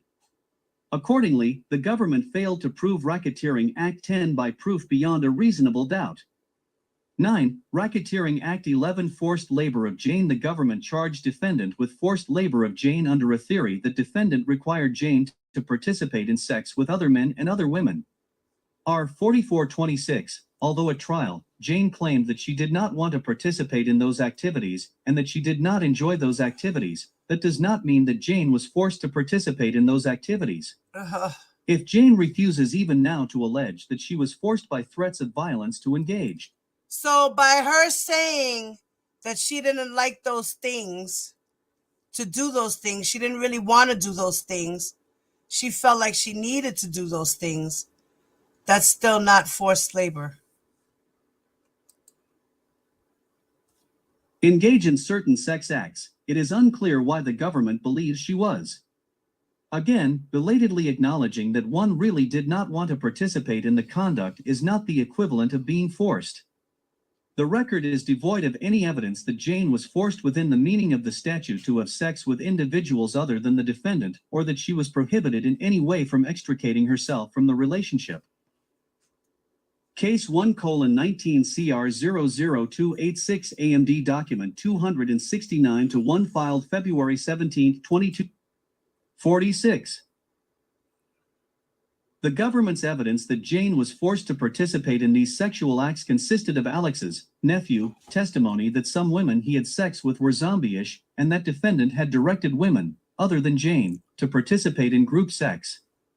Rather than point the jury to specific evidence from Jane's testimony that reflected that she had been forced to participate in these activities through violence, restraint, or threat of violence, the government argued that defendant had directed Dominique to have sexual intercourse with Alex. R. 4426-4427. While the government was permitted to offer an extraordinary amount of uncharged bad act evidence for various purposes, such evidence cannot supplant the government's burden to show that Jane, herself, was forced to participate in group sex acts. The evidence offered was insufficient proof of the offense of forced labor. As discussed in connection with Racketeering Act 6, the government cannot establish the offense of forced labor by simply showing that defendant and Jane had a sexual relationship that some might consider abusive. The government was required to establish a causal link between the group sex acts and threats of physical violence. It failed to do so. 10. So her on video smearing poop on her face as punishment because she didn't want to do something, or she lied, or whatever it was, that's not abuse?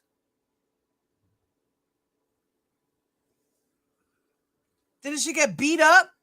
Didn't he talk about the abuse? Didn't she talk about the abuse?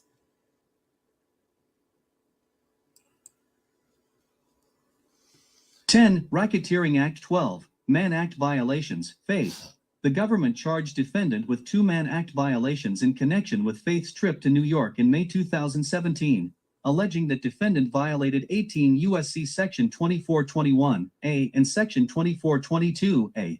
What's up, His The Lordship? government charged that defendant either transported or persuaded, induced, enticed, or coerced Faith to travel to New York with the purpose of knowingly exposing her to an infectious venereal disease under New York Public Health Law Section 2307 and reckless endangerment pursuant to New York Penal Law Section 120.20. The government failed to prove Mann Act violations under Section 2421A and Section 2422A, where it offered insufficient evidence that Case 1:19 CR 00286 AMD document 247. Defendant 1. Transported Faith with the intent of exposing her to herpes, or 2. Persuaded, induced, enticed, or coerced Faith to travel to New York with the intent of exposing her to herpes. Separately, the government failed to prove that defendant committed the offense of reckless endangerment or a violation New York Public Health Law Section 2307, which is unconstitutional in any event both facially and as applied to the defendant. A. Intent. Because there is no link connecting defendant's transportation of Faith with an intent to expose her to herpes, defendant cannot be guilty of a Mann Act violation. As discussed at length, supra, the government must prove that the illegal sexual activity is the dominant, significant, or motivating purpose behind the transportation. See United States v. Kinslow, 860 F.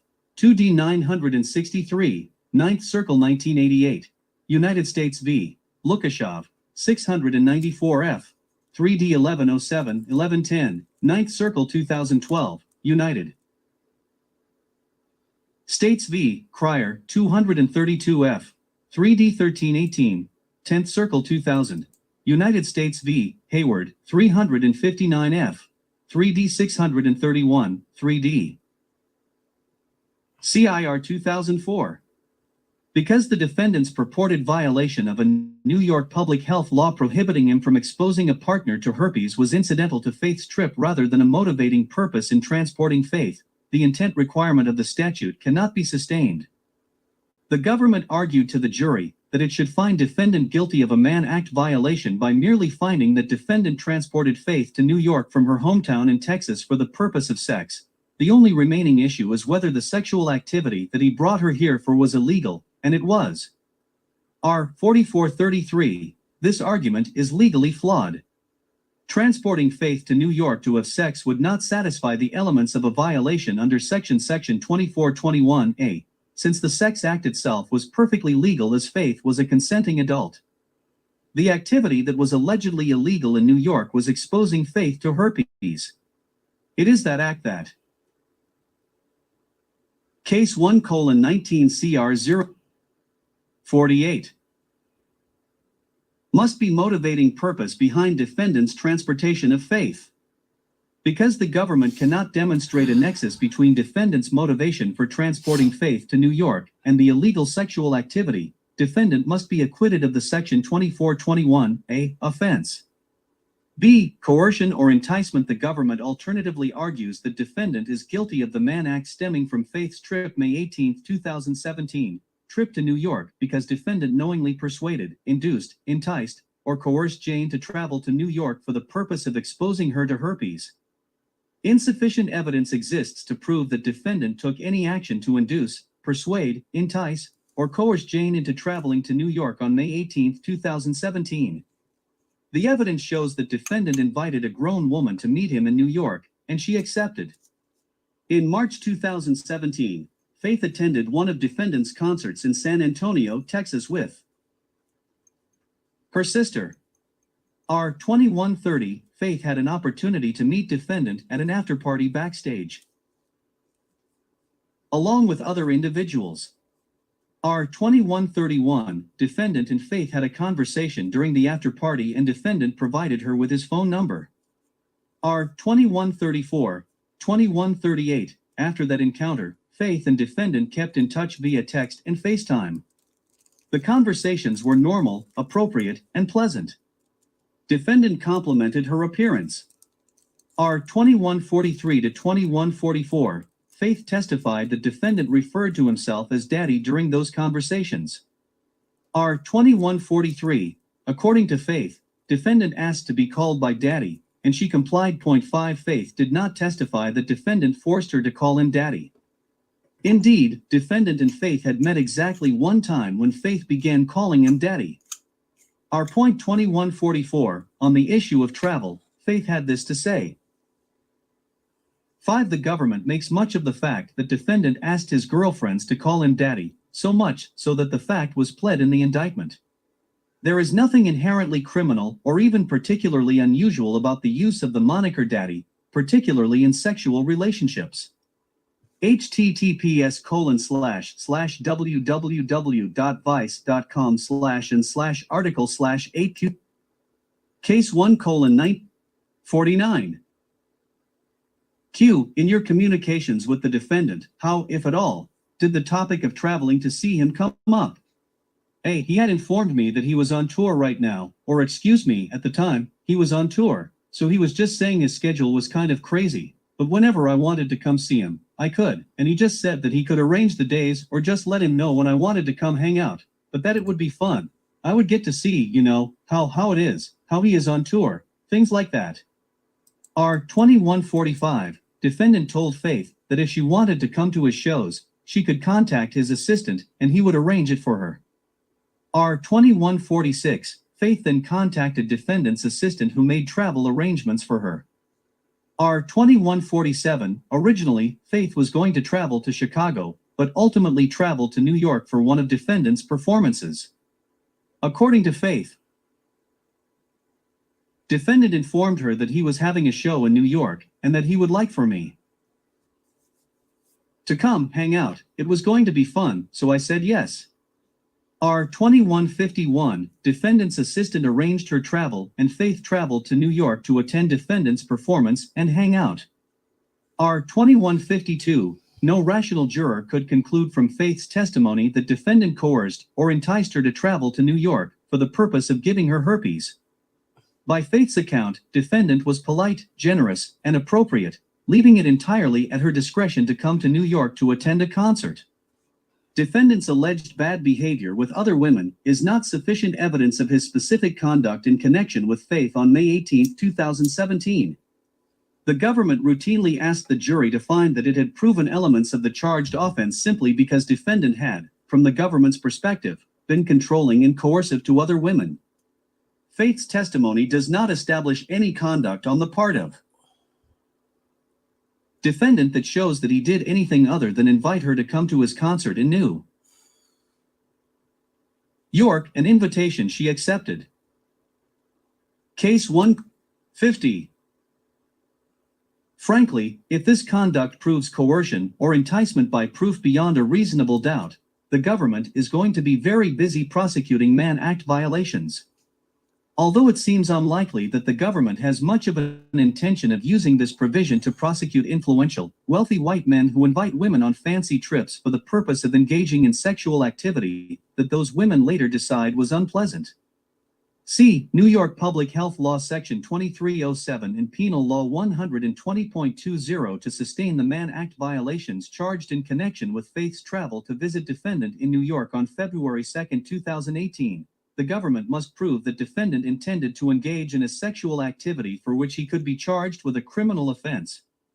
Pushing the boundaries of its prosecutorial discretion, the government alleged that defendant could have been charged with a violation of New York Public Health Law Section 2307 and or reckless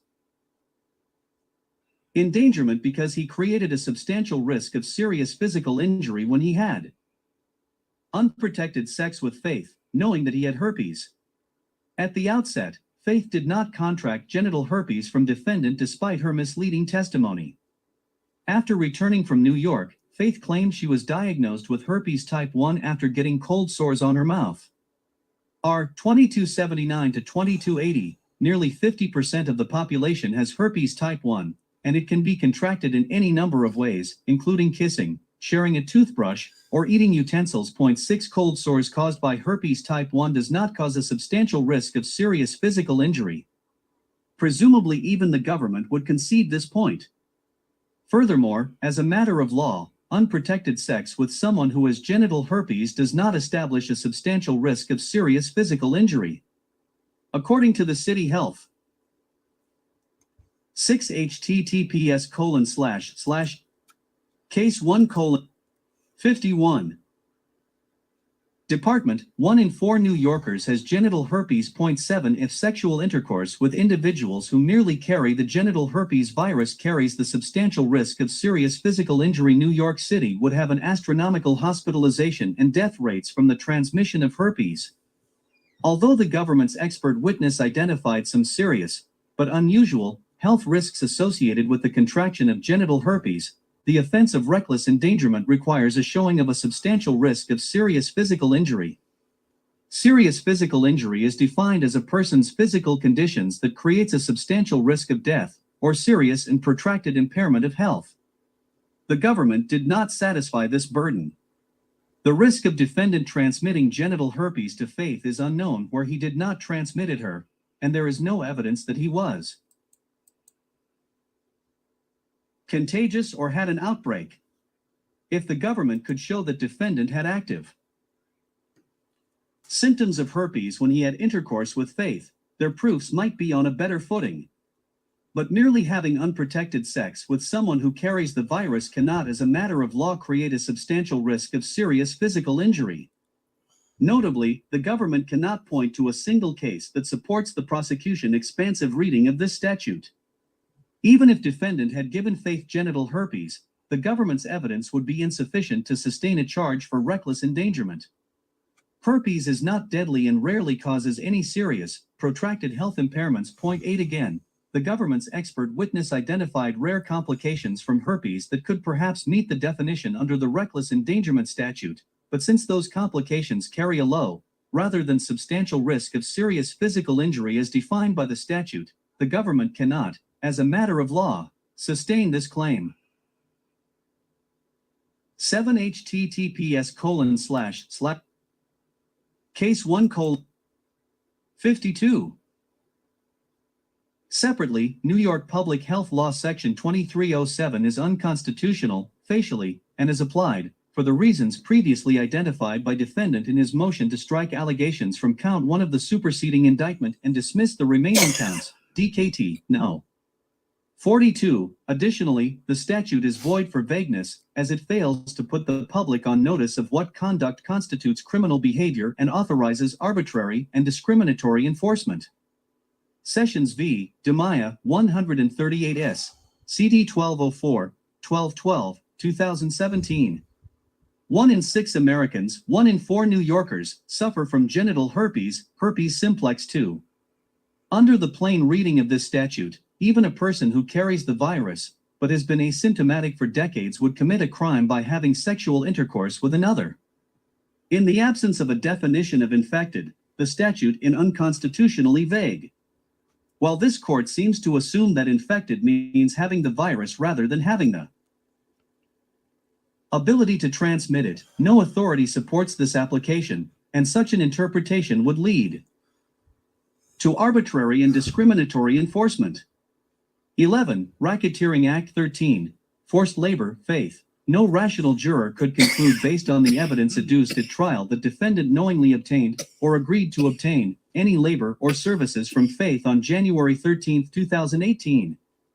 A conviction of forced labor under 18 U.S.C. Section 1589 requires the government to prove beyond a reasonable doubt that 1. The defendant obtained the labor or services of another person, 2. Through, inter alia, threats of serious harm, and 3. The defendant acted knowingly.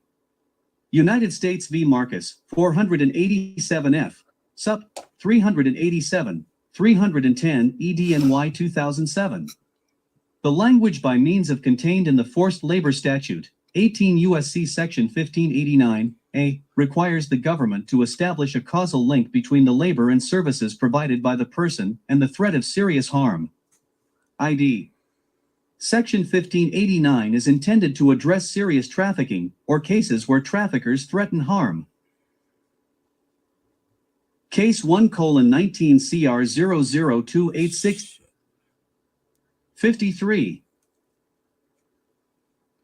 To third persons, restrain their victims without physical violence or injury, or threaten dire consequences by means other than overt violence. Muchaira v. Al-Rawaf, 850 F. 3D 605, 618, 4th Circle 2017. The harm or threat of harm, considered from the vantage point of a reasonable person in the place of the victim, must be sufficiently serious to compel that person to remain in her condition of servitude when she otherwise would have left. ID. According to the government, on January 13, 2018, defendant violated the forced labor statute by using threats of violence to obtain labor, an act of oral sex, from Faith. The forced labor statute was not intended to reach isolated conduct like that described by Faith.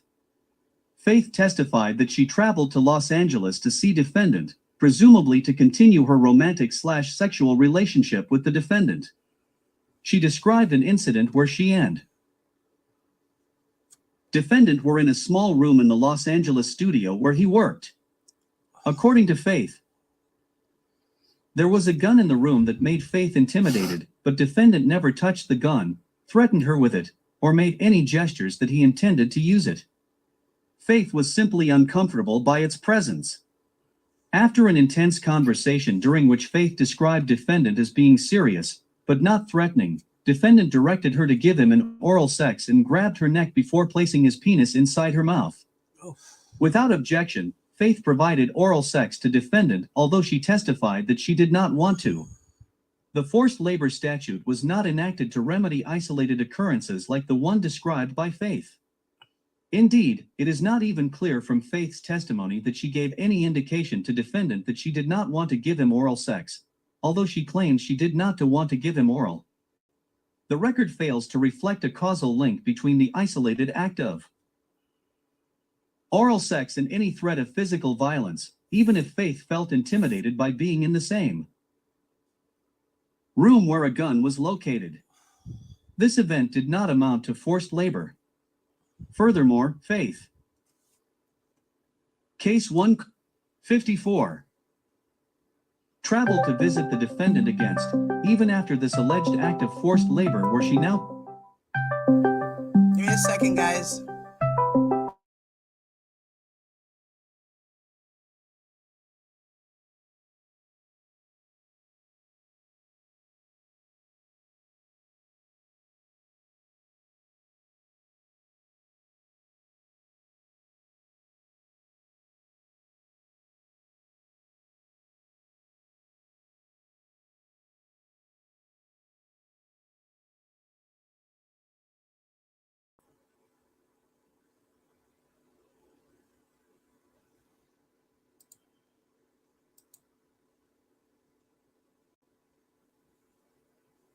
Where she now claims she did not want to participate in the act of oral sex. 12. Racketeering Act 14, Mann Act violations. Faith. The government charged defendant with a second set of Mann Act violations in relation to Faith's second trip to New York on February 2, 2018. The government's evidence was insufficient for the same reasons argued in connection with Racketeering Act 11. First, the government simply fails to demonstrate that defendant transported Faith to New York on February 2, 2018, for the purpose of exposing her to herpes.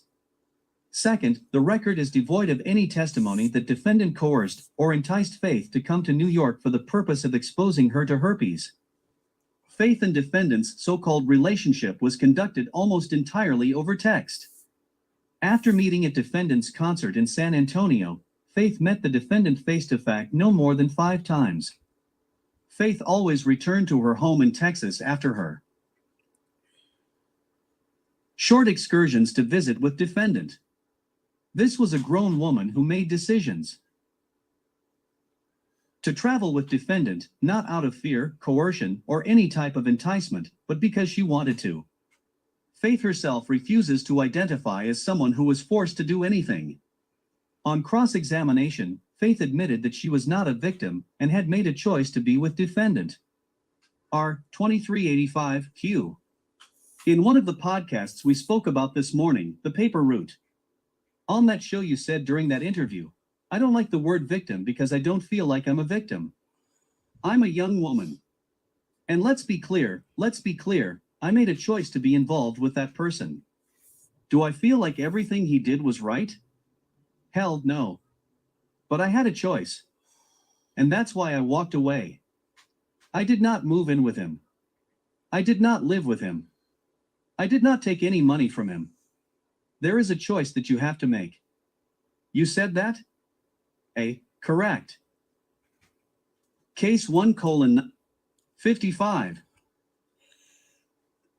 Q. You made a choice. A. Correct. Q. And you're not a victim. A. Correct. R. 2385. The record is devoid of evidence that proves that defendant coerced or enticed Faith to travel to New York in February 2018. The government must point to some specific words or conduct by the defendant that were coercive or enticing in respect to Faith. An invitation is simply not enough. Accordingly, the government failed to prove Racketeering Act 14. In sum, the government failed to prove the defendant guilty of RICO.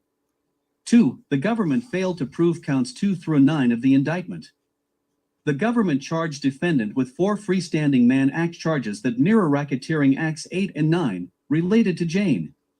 For the reasons argued, supra, PGS 29 to 42, the government failed to prove counts 2 through 5 of the indictment. Similarly, the government charged defendant with 4 freestanding Mann Act violations that mirror racketeering Acts 12 and 14. For the reasons argued, supra, PGS 47 to 53, 55 to 56, the government failed to prove counts 6 through 9 of the indictment. Case 1:19C 56. Conclusion: for the foregoing reasons, this court should enter an order acquitting defendant of all offenses. Respectfully submitted. /S/ Jennifer Bonjean. Case 1:19C.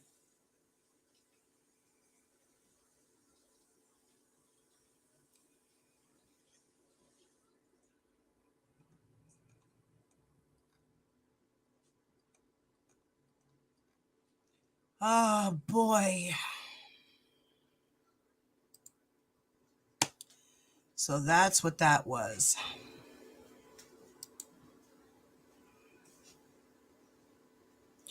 And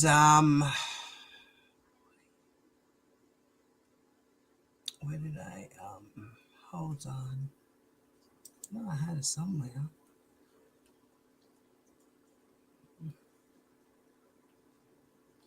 And Ms. Bonjean put in for a, wow, that's a lot. That's a lot. I'm just thinking about all of that right now. So if he gets acquitted or has a mistrial,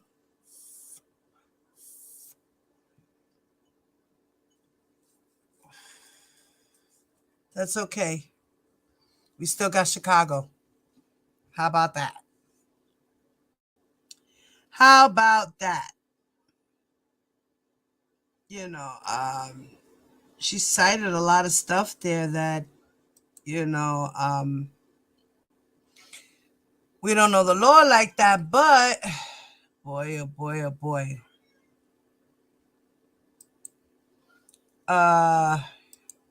Here we go.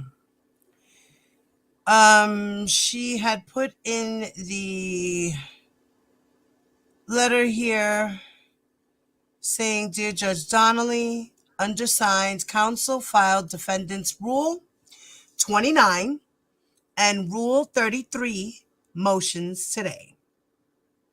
I write this letter motion separately to request leave to supplement defendant's Rule 33 motion if necessary.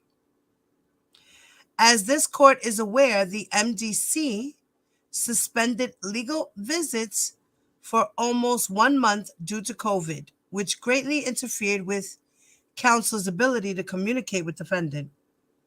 Legal calls and Zoom meetings were unreliable and, in short, supplied through the month of January. On February 1st, 2022, the entire BOP went on a security lockdown. That further prevented communications with defendant. Indeed, the MDC only resumed legal visits last week.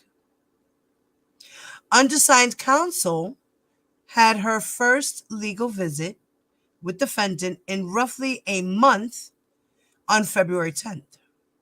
Since then, she has been able to visit with defendant by Zoom several times, which allowed her to complete defendant's post-trial motions by today's due date. However, defendant has additional concerns related to his trial, including issues related to prior representation that still need to be discussed and which could possibly lead to the filing of a supplemental Rule 33 motion. Accordingly, undersigned's counsel seeks to preserve defendant's right to supplement his motion for a new trial if necessary. Defendant respectfully requests 30 days to supplement his Rule 33 motion. So she's putting in a request to get time, 30 days from today's date. So it would be, let's say, so it would be March 17th. If it's granted tomorrow, March 17th or 18th, something like that, for her to put in for the number 33, if necessary, she said. If necessary. Not definite, but if necessary. Okay?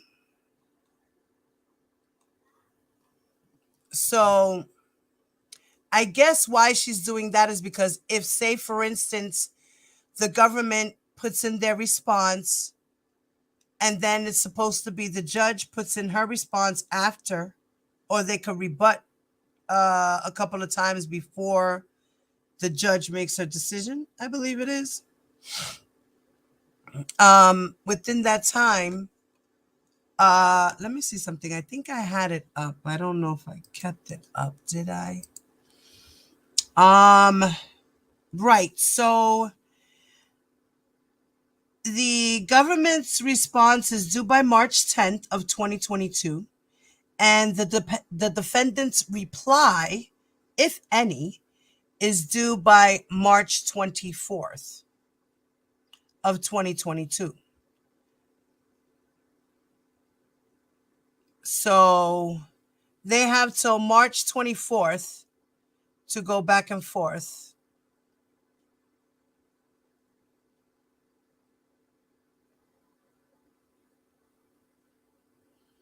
So the government, the defendant gets to reply after the government's response, and they have until March 24th. And now she's asking for 30 days from today's date to file for a Rule 33 motion. Wow. It's a lot of stuff. You know,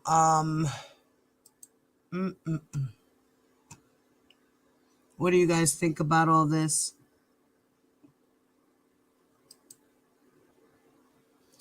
What do you guys think about all this?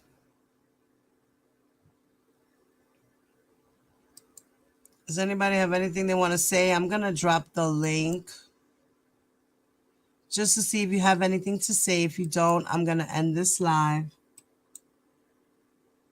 Okay.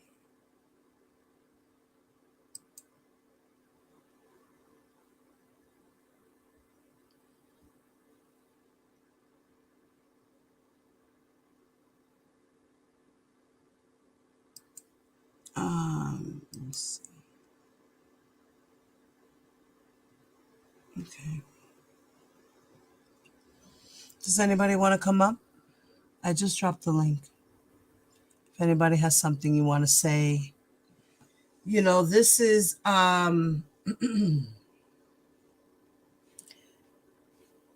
you know, like I said, if they come back and they have to come back hard, the government, when they do their rebuttal now to Bonjean's request, let's see what's gonna happen. I don't know. Like, I don't know, guys. I don't know. Let's see how the government responds to it.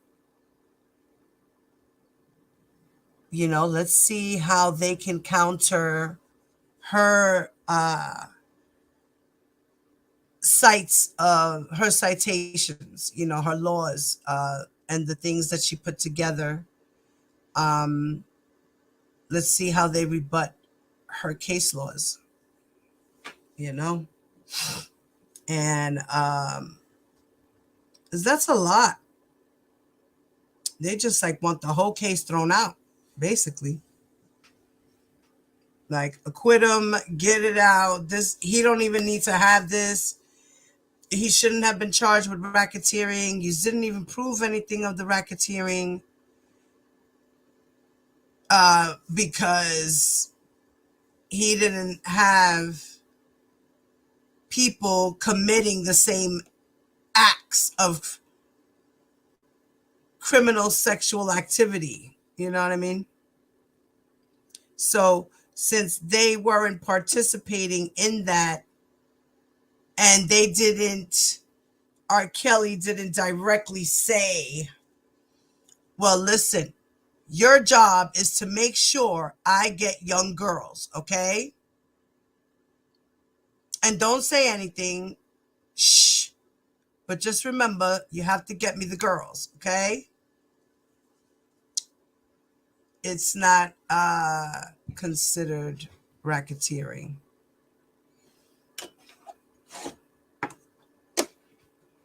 So it's just a lot. Wow. Hold on one second, guys.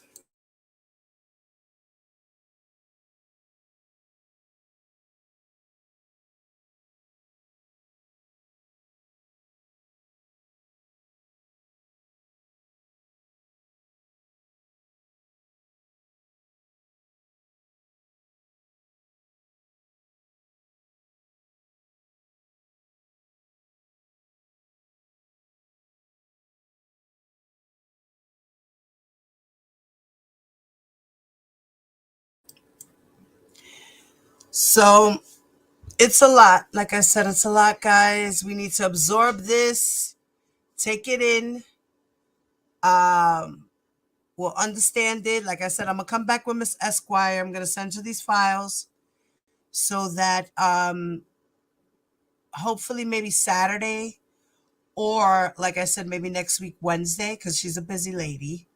So maybe next week Wednesday we can come on, and she can kind of, how she do. Miss Empowered Esquire TV. Please go subscribe to her channel.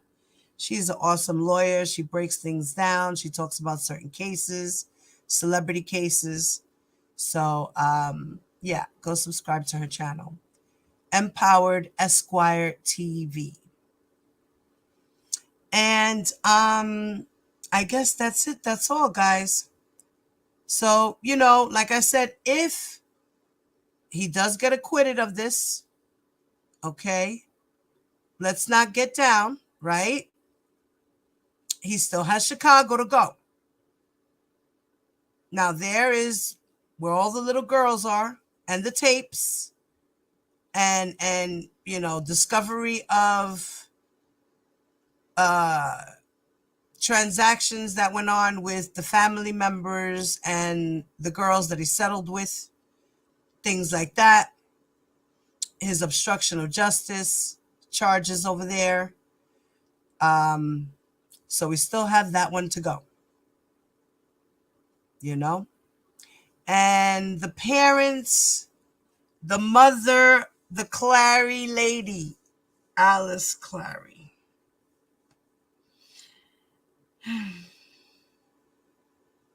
Are you kidding me? Every time I hear that, like, it was like hearing the transcript all over again and just getting me so upset. Like, how do you, and then you act like you didn't know, you weren't there for a reason. This was the reason. And it was a whole nother, you cooked up. I just can't.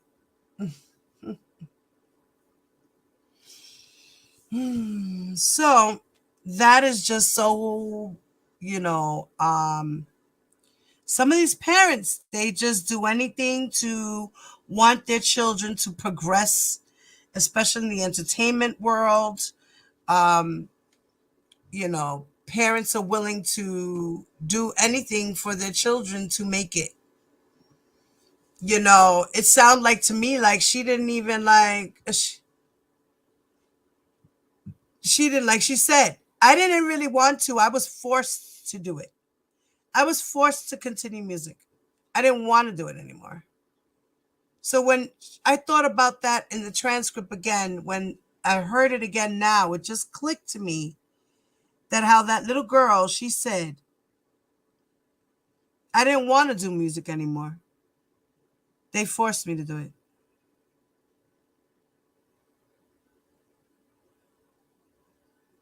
That made me sit back and think, okay, so they forced her to go see R. Kelly. They did. Basically, they wanted her music to rise, and at the same time, she had to do whatever was necessary, because basically that's how her mother fed her, like that. Here, mommy, put on these shoes, put on this hat, look like this, talk like that, walk like this, act like that, say you're 18, wink, wink, blow him little kisses, show him that you're cute, you know, draw the attention to yourself, you know, make yourself look good. That is just terrible, horrible. So when he did all those things to her and said those things to her, she felt like that was normal because the mother showed her, guided her to show her that that's normal. This is normal. He likes the girls young. We know what he likes. Act like what he likes. You got to get in there. No matter what it is you got to do, you got to do it.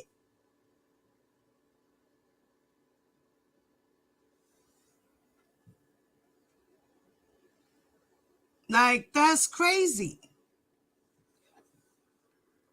No. So I just, and the whole thing with Faith and everything, you know, all these girls, it's just, he abused them at the end of the day. He's trying to act like they were his girlfriends. Like, I was in love with all of them. And, you know, and oh, get the hell out of here. Well, guys, make sure you hit that like button on your way out, y'all. And for those who are not subscribed, if you are watching, please subscribe to the channel. Thank you. Hit the notification bell on the side there. And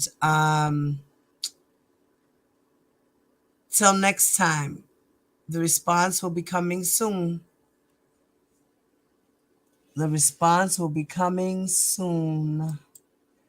I wonder what's that going to be like. Seriously. For those who are watching the replay and you're watching the video, please share, comment below. Make sure your comments are respectful. Thank you. And if you would like to join my members only club of the Badass Divas, please do so. It's $1.99 a month. That's the only tier I have. You get to have little perks, put emojis in the chat, and you level up month by month. And I put in exclusive content.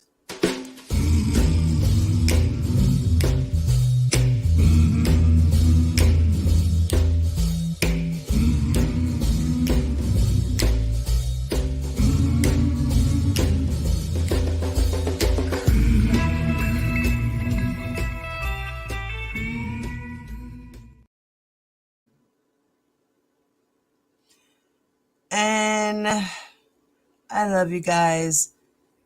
OCOV, we got this.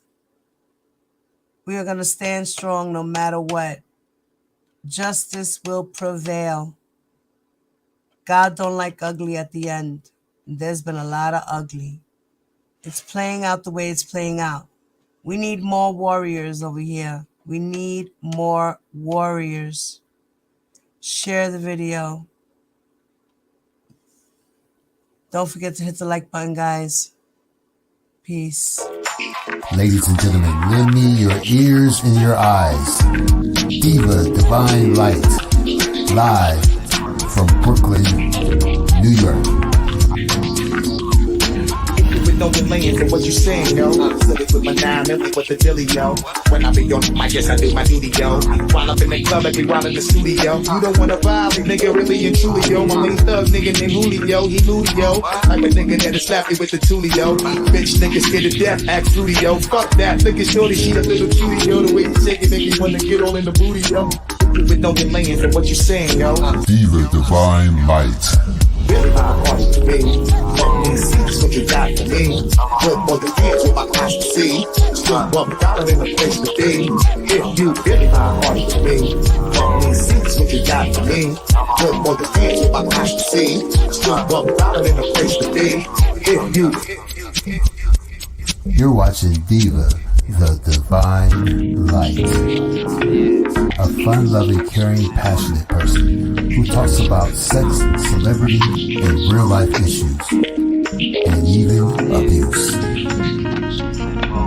So hit that like button and make sure you share the show.